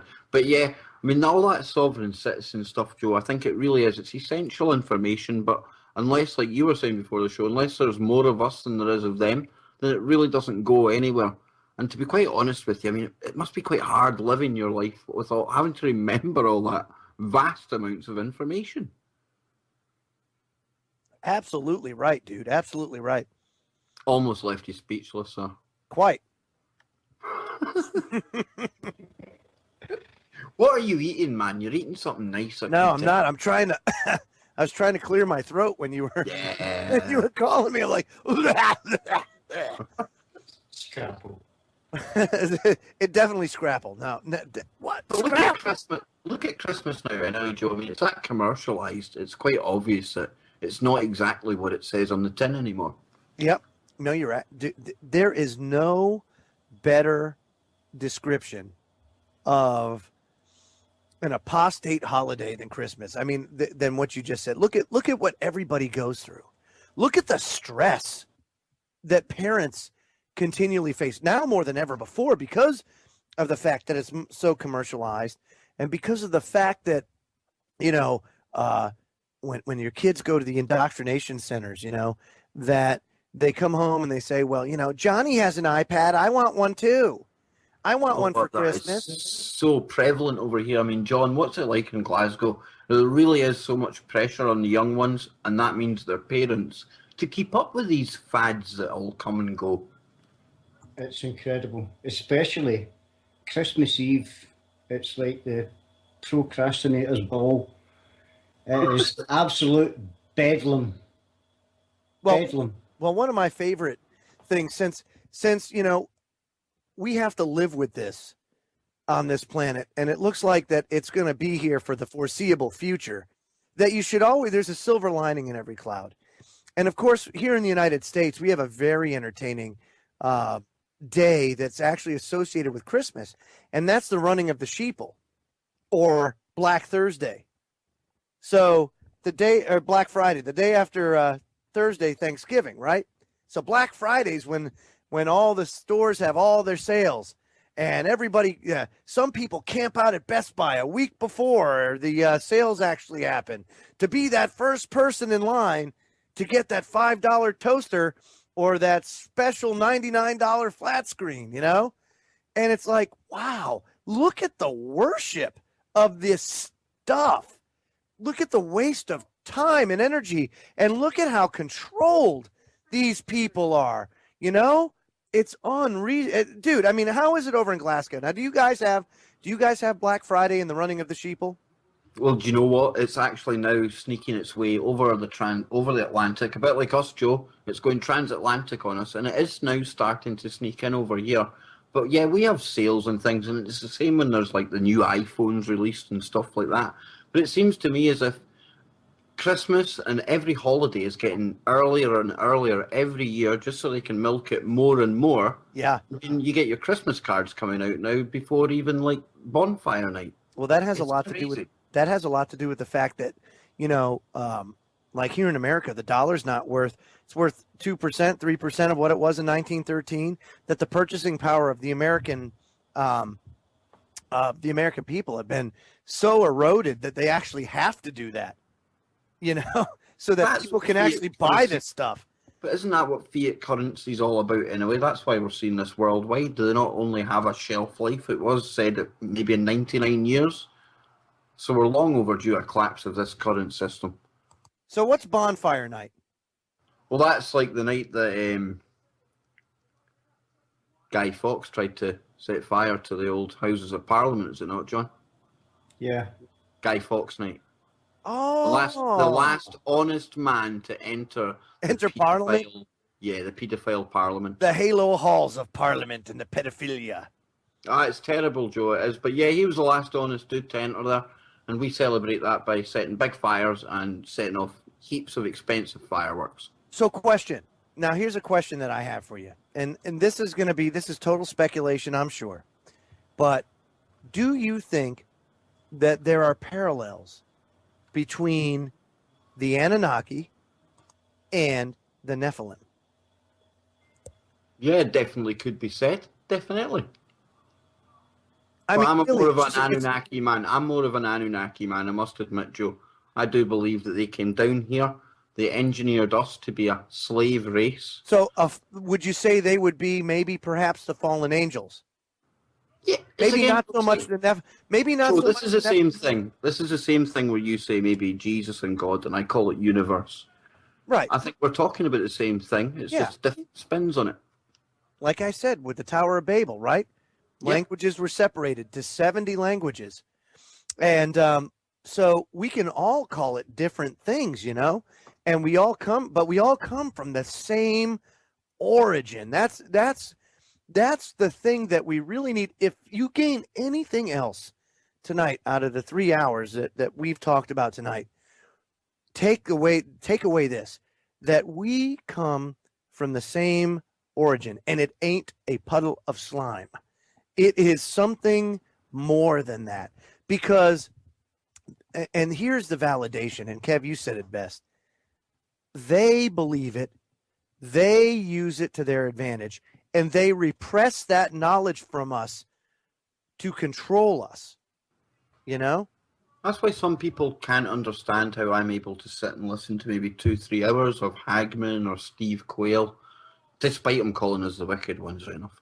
But even though I'm highly non-religious in any shape or form, the fact is I appreciate that they really are. I mean, they buy into this stuff. So you have to look at it. It's the same as the mainstream news, Joe.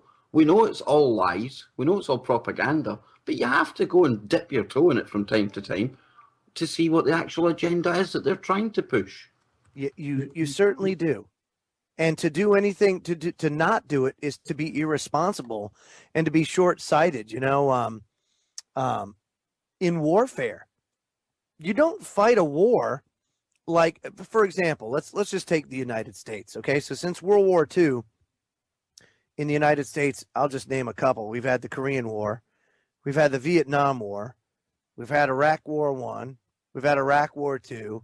There's been some regional skirmishes here in between, and of course we've have Afghanistan.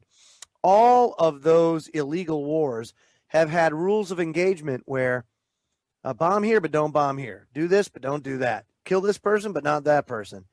And what you have is just these long, drawn-out fights where there's no winner. It's just kind of the bankers win. Well, that's the only winner, the bankers. The military-industrial complex, Joe, and then you compare that to the people who are allegedly fighting in Afghanistan. Not much money spent on those tactics of asymmetric warfare, but Right. look how effective it was, not only against us in the West, but Russia as well. But let me explain something to you, dude. If, let's just say, and I don't believe this for 1 second, but let's just say that Joe Joseph is the president and Afghanistan is a legitimate enemy that legitimately attacked the United States, and I legitimately went to Congress and I legitimately got a congressional declaration of war. Now, once I get that, guess what? There isn't a square inch of that place that I don't lay waste to. I go in and I just lay waste to everything, because that's what war is. And I hate to say it, but war is bad. And that's why the founding fathers here made it so difficult to go to war, is because they knew, they lived it. It sucks. It's bad. It brings out the very worst barbaric side of human behavior and human beings that exist. And so you don't want to go into it willy-nilly like we have been, because what happens is then you have the powers that shouldn't be and the turds that go and exploit it and make a ton of money off it at our expense and at the blood of our children and of ourselves. You know, I mean, I'm not that old, but I mean, heck. Like you say, Joe, all wars are bankster wars. They are. And so if it was me and it was a legitimate threat, then I don't leave anything standing. They're all the enemy. You kill everybody until they wave the white flag. And then you go and you pick up the pieces, and that's yours now. But warfare in this new age, it's not intended to be won, Joe. You should know that. You just stretch out as long as possible. That's right. That's right. And then you keep these boogeymen out there, like, you know, and the boogeyman thing has evolved over time. Al-Baghdadi. Oh, do you see the beard he's got now, Joe? It's so scary considering his old mugshot. That's the scariest part of Yeah, all. but you know If I what, dude? close my eyes, I see Al-Baghdadi. But those I guys go are great, because you know what? They do commercials for Truth Frequency for us too, which is a really good thing, you know. So how's the fat wag I going? think Is he he's- still after us? His beard looks, I think it's been modelled on Yosemite Sam. well, that's good. Hey, thank you for that insightful commentary, Whistles. I feel infinitely smarter now. This is why I need the whistles. The whistles to the man. He actually broke into tune halfway through that last clip. Did you hear him? I He did. actually started playing a tune for us. That was good, man. I really do appreciate it. He is good at that. I have to say. So, I mean, in closing, since we got about 10 minutes left, I just want to put out to everybody that, you know, we could go into this and we only scratched the surface. If not that, I mean, we may not have even made a scratch. But you can see how we've been manipulated over time to be controlled. That's what evolution's all about. And that's not to say that evolution doesn't happen. There's 7 forms of evolution. You know, 6 are legit. But one thing that doesn't happen is, like, a dog doesn't turn into a cat. A fish doesn't turn into a human. None of that stuff happens, okay? Never once in the history of the world they ever found that. The only time that stuff has possibly happened is like the days and the ages of the Minotaur, but that was genetic manipulation. Another thing that that's interesting, Kevin, this is one thing that I thought about, is like the dinosaurs. You know how we were talking about the dinosaurs and how they walked the earth with man and everything else? Well, there were 2 distinct type of dinosaurs. The one that was talked about in the Bible was called Behemoth, you know? And Behemoth was actually like Brontosaurus. It was an herbivore, giant reptile is what it was. Now, there was other ones too. They were the meat-eating dinosaurs, the ones that ate their own flesh. And that was like T-Rex and all that. There's a lot of people out there that think that they were genetically manipulated, that they were almost, if you will, genetic recreations of these animals, that it like wasn't Jurassic natural Park? for them. Is this like an ancient Jurassic Park? Very much so. And dude, I mean, knowing what we know now, wouldn't you say that we would have a better understanding, or we'd be able to consider that more of a possibility today because of what we know? I mean, I got to tell you, the more I dive into it, the more it becomes a legitimate possibility. Oh, absolutely, Joe. I mean, when I first started getting into all this information and that, if somebody had maybe raised that issue with me, I maybe would have thought, okay, that's a bit too much of a stretch to the imagination. But when you start looking into this, you say rabbit holes lead to rabbit holes. All the stuff we're talking about, oh, definitely. Just haven't even scratched the surface, you know? No, I mean, Joe, when I was trying to put out an advert for this show tonight, I called it Ancient Civilizations and Hidden Knowledge. And the fact was, how do you put a title on a show like this? Because there's so many different avenues you can explore that it's just endless. But I think that if we are to attain knowledge, which we all say we're here for, then you have to look back to have any chance at all of figuring out what's to come in the future, because that's where these guys are coming from. Right. Like, for one thing, and Gentleman Skeptic, he put something in the chat room that Behemoth was a hippopotamus. Here's where the problem I have with a hippopotamus is when they describe Behemoth, Behemoth had the tail of a cedar tree. If you take a look at the tail of a hippo, does a hippo have a tail like a cedar tree? It doesn't. It doesn't have anything near. It's got like this little weenie looking tail. See, this is the thing though, isn't it? Just look at this one example. I mean, here's one minute part of the whole big picture. Sure. And yet you can have two people opposing each other on that, and when you do, I'm not saying you are, but when you step back, you think, how irrelevant. It is. It is. But Gentleman Skeptic, always insightful in the chat. Oh, it has some awesome input. I love the input from the chat room and all the good people out there, for sure. And that's the thing. But I actually believe that too. But when I looked into it, I'm looking at the hippo, and I'm reading the verse. A hippo, cedar tree tail. That's not a cedar tree. That's nowhere near a cedar tree, dude. That's like a straw. You know, it's one of those things. Maybe so it's like just a metaphor for something else. I'm really going to have to bring my friend Jordan Maxwell on to speak to you one night, Joe. Oh, dude, I'll tell you what. I would love to talk to Jordan about this kind of stuff. And you know what I would have to do if that's the case is I'd have to bring in the big guns. I'd have to get Mrs. Joseph in on that one because that would be like.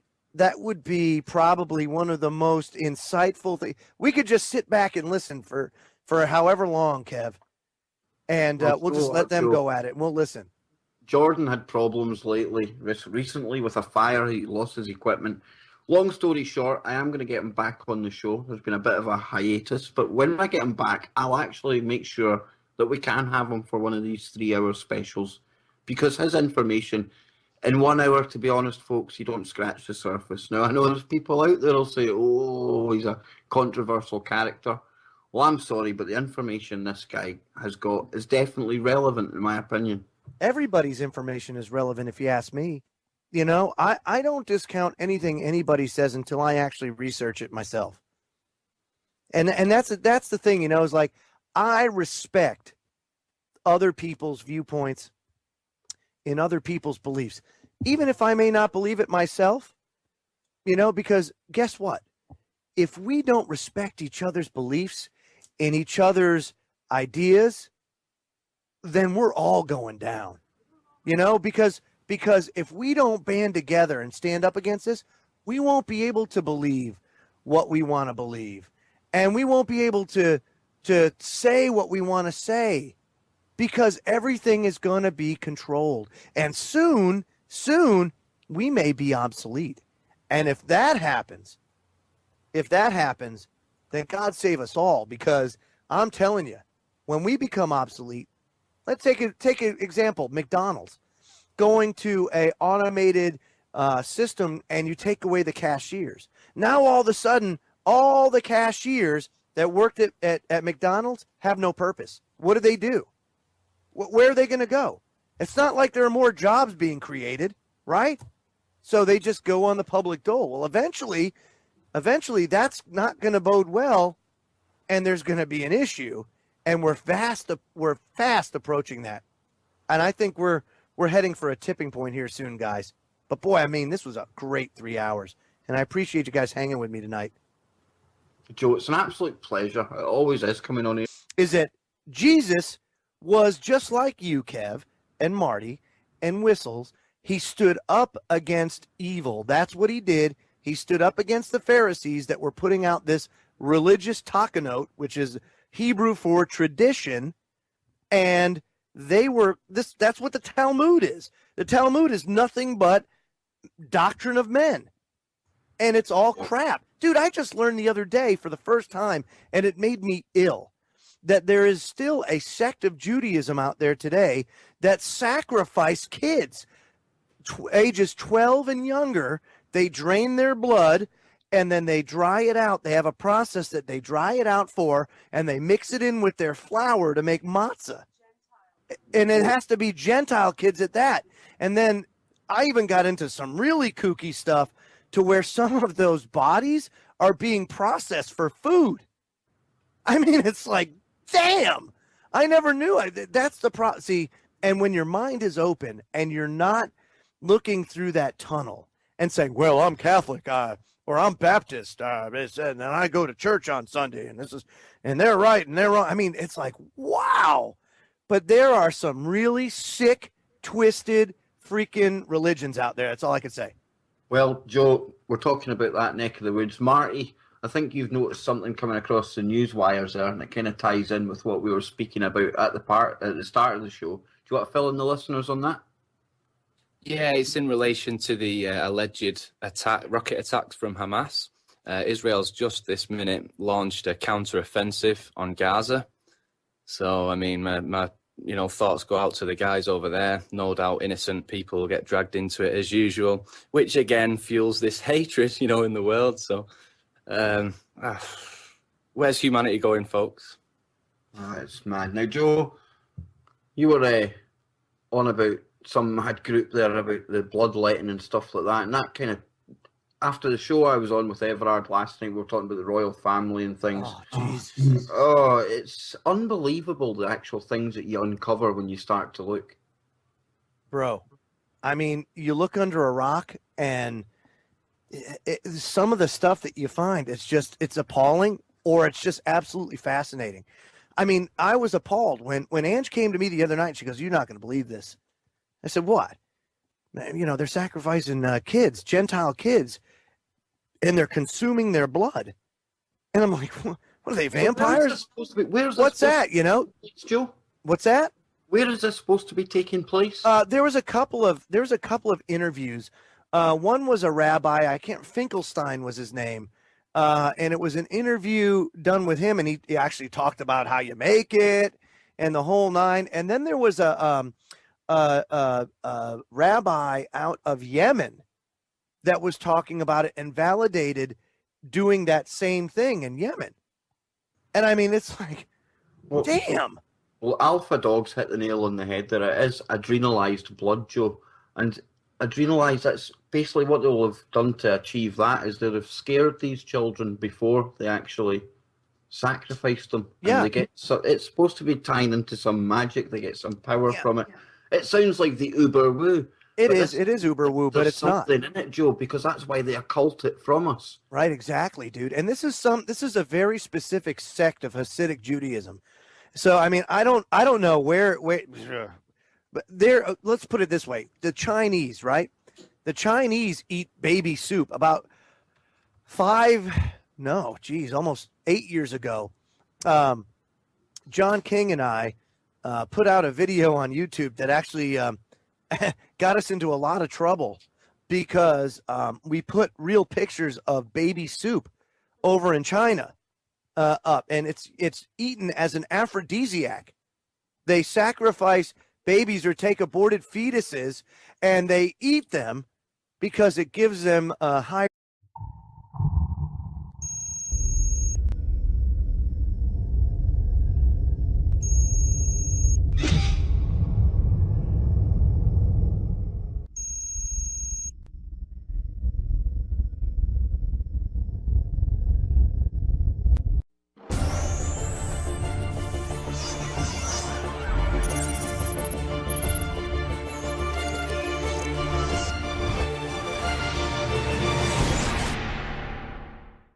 Well, there you go, folks. A mother culture, a forgotten episode in human history, ancient maps. Where do you begin, Joe Joseph, after all of that? The flood.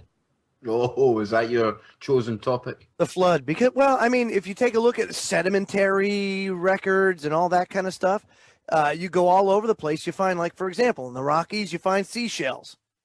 How does that happen? The flood. Very true, Joe. Very true. The flood. And here's the thing: is like, if you look all over the world at the record, that the fossil record, and everything like that, it shows more along the lines of a flood than anything else. The science is more. The science of the flood is more. I don't know what you'd call it. Legitimate, at least in my eyes, than this idea of evolution, which we know to be nothing more of a tool of the Illuminati. And of course, they claim to have unearthed or washed up the Ark. Was it not Noah's Ark? Was it not discovered in Turkey? Yeah, in There Turkey. you go. I mean, do you hold much credence in that? Do you think that's right, Joe? Absolutely, I totally do. And let me throw this out there as well, because that wasn't the only discovery, and of course that was Ron Wyatt that had discovered the Ark, Noah's Ark. I mean, they found the anchor stones, they found all sorts of stuff. It's not just the Ark. They found animal dung. They found rivets from the Ark.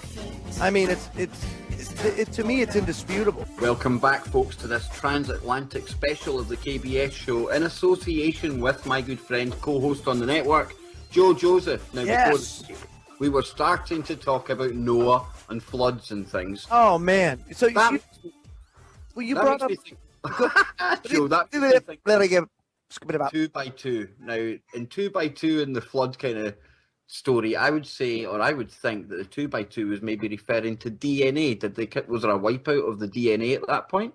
Well, it actually, the way that I see it, first of all, Noah's Ark was huge. Okay, it's a big freaking ark. But if you go with adult animals, not so good, because they take up a lot of space. So chances are they were the babies, or even embryos or something like that, you know? Dolphins. Who knows? Dolphin. Well, they can swim, dude. What do they need to be in the ark for, dude? Just swim. Just freaking swim already, you know? It's the TFR theme, man. So before the break, you know, we were talking about Noah's Ark and how Noah's Ark was found in Turkey, complete Allegedly. with Allegedly.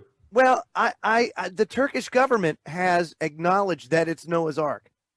So we're just going to start believing governments now. I totally will. Absolutely. I totally believe the Turkish government here. And it's I'm not so busting much your the Ark chops, man. itself, dude, but it's the supporting evidence around the area too. You know, the anchor stones. If you take a look at what the Ark and how the ships of that time, and it was very, very, of course, during that time, very primitive, but in order to keep ballast, they actually dropped stones into the water and they hung them with rope beneath the water, beneath the bottom of the boat, and it would keep it level, and that they were called anchor stones. And there are anchor stones found in the general vicinity of the Ark. Now, Joe, sorry, but I must butt in there, but when you're talking about Turkey, one area we must bring up as well, since we're talking about ancient civilizations and stuff like that, is the area of Göbekli Tepe.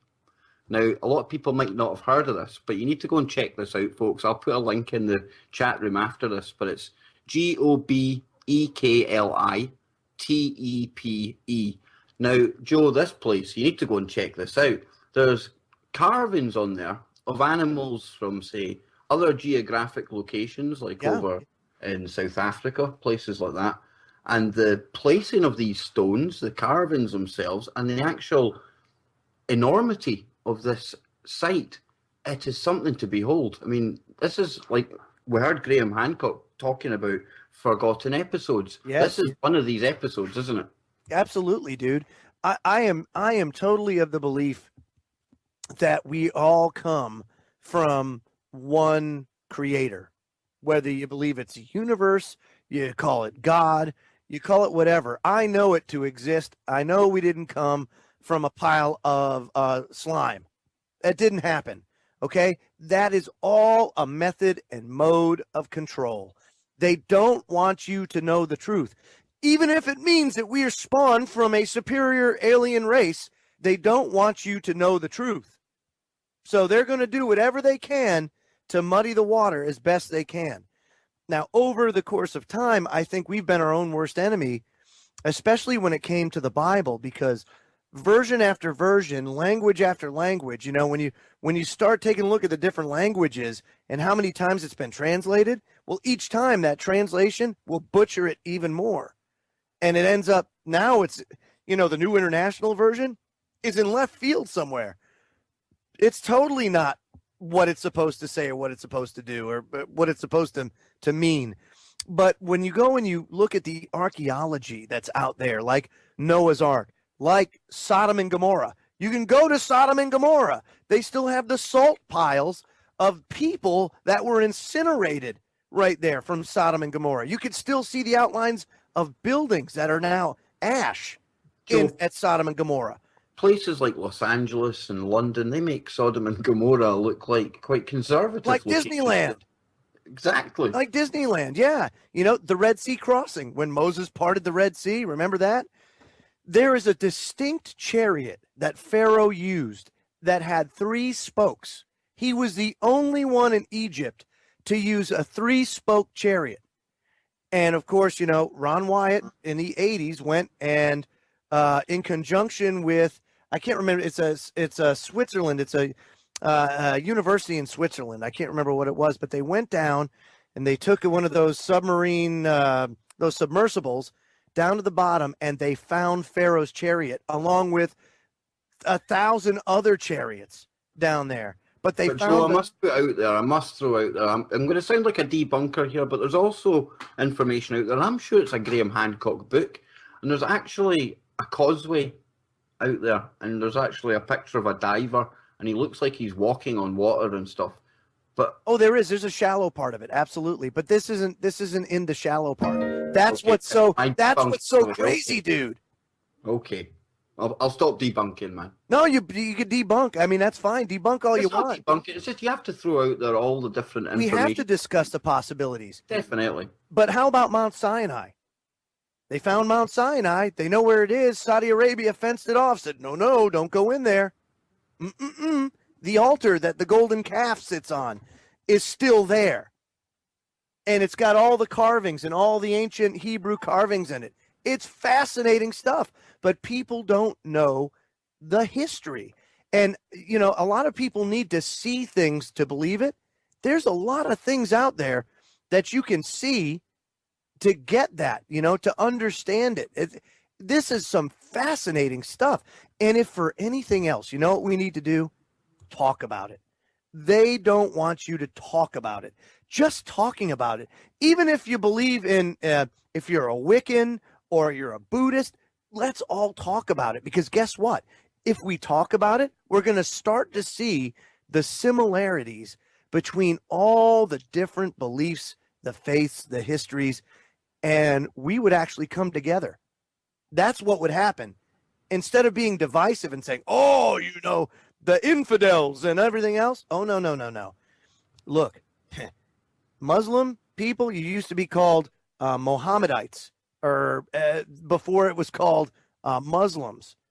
And before that, all they were, you had Isaac on the one hand that went to form the Hebrew faith or Israel.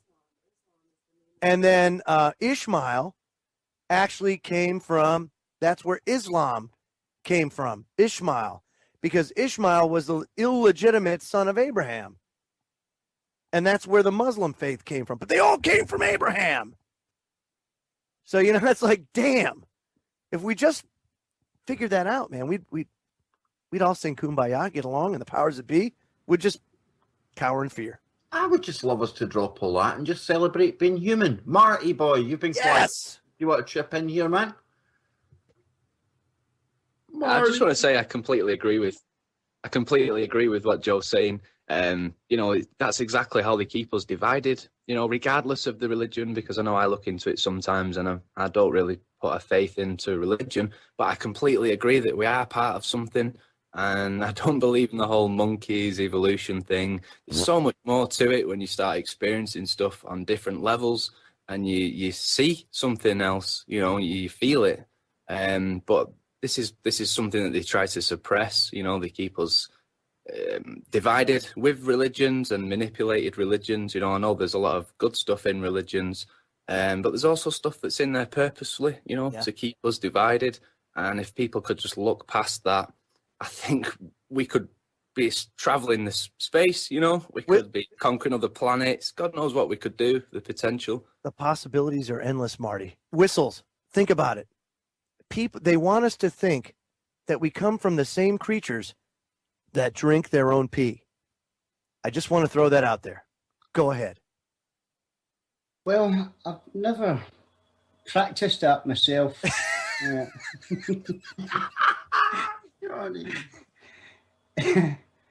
But it doesn't matter what religion it is. Every single one of them have been butchered over the years. Oh, yeah. So even whatever religion you follow, there's always another section of it, or even 2 or 3 sections of it. So it just baffles me, religion, the whole thing. That's the divide and conquer aspect to it. Just look at Islam. It's a perfect example. You've got the Shias, the Sunnis. They keep them fighting amongst each other so that group themselves can't ever join against each other to right now face Israel. It's just divide and conquer all the way, Joe. Absolutely, buddy. And that's what they want. That's what this is all about. That's what organized religion is. They're like talking about these things, we can still tie it back into what's going on today, and that's the fascinating aspect of this. Mm-hmm. Absolutely. No, the whole organized religion thing, of course, you guys said it best. Over the course of time, it's been butchered. And whether or not you believe that Yahshua or Jesus walked the earth, if you look at the biblical text and see what he did, and legitimately what he did, and to do that, you can't read the King James Version or anything like that.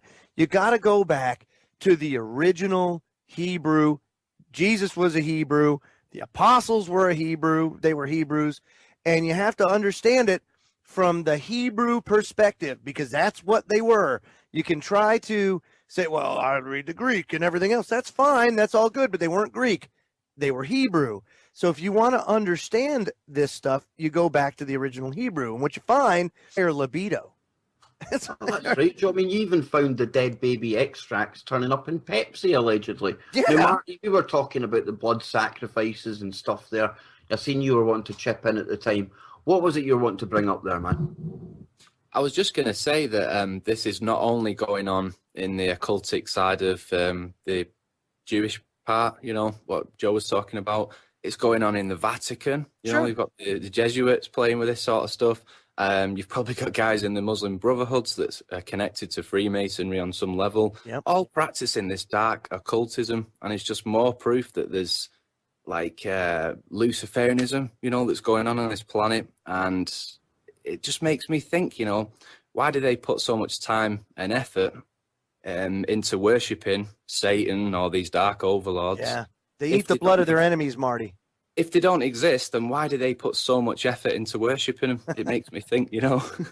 Well, Joe, you were talking about a new age and stuff like that, and I must admit, when ISIS were sweeping through Iraq like the whole of Babylon, it was as if they were trying to bring about a new age, and now we've seen this new caliphate being announced. We've seen fighters talking about flying flags over Buckingham Palace and Parliament. We've seen them wanting to take back Spain. We've seen somebody declare he's the new successor to Muhammad. Are we seeing them trying to act out some end times here? You know, a lot of prophecy I found is self-fulfilled prophecy. I mean, it's almost like they go out of their way to fulfill it. So, and I guess it doesn't matter how it happens. The fact is that it happens. Now, the thing is about prophecy is put out as a warning. We have every power within us to stop it, to stop the cycle. But we haven't up to now. We still make the same mistakes over and over, and we let these occultists, we let these Luciferians go and do these things and run amok. It's, first of all, to say that all Jews are evil, you can't do that. Just like you can't do that to Muslims or anybody else. We're all human beings. We all have our faults. Nobody's perfect. We all have free will. But you can't stereotype people into and narrow it down to all Jews. The way I see it, Joe, I think you get psychopaths, and they just decide to hide behind various books. They use various groups as vehicles for their psychopathy. Man, that was beautiful, man. That was beautiful. You guys make some excellent points, though. You can't judge everybody. There's good and bad in all walks of life. I completely agree with what you said there. And it's true, but it's part of the conditioning to use this very powerful force within all of us to divide us. Just like it's very important for them that we don't understand where we came from. Because as long as there's all this confusion, they can control us out of the chaos. And that's the way human history's been. But, and this is where I believe we are now, and in the first hour of my broadcast, I'm going to play a clip about this. Where we are now is, as was in the days of Noah, so it shall be when the Son of Man returns. I think we're at that critical stage. As a matter of fact, based on my research, I'm willing to say that I think right now we are in the tribulation. We are there. I can't even argue with you, Joe, especially when you factor in the stuff like transhumanism and dude, how can it go on? With 3 parents? What is that all about? We should not be tinkering with stuff like that. And the genetic manipulation, brother. You talk about 3 parents and everything else, but look at the gene splicing that's going on. And that's what happened pre-flood. That's why God had to destroy the earth, was because there was not, DNA was totally and completely corrupted. Noah, and it's not even validated that Noah's wife was pure,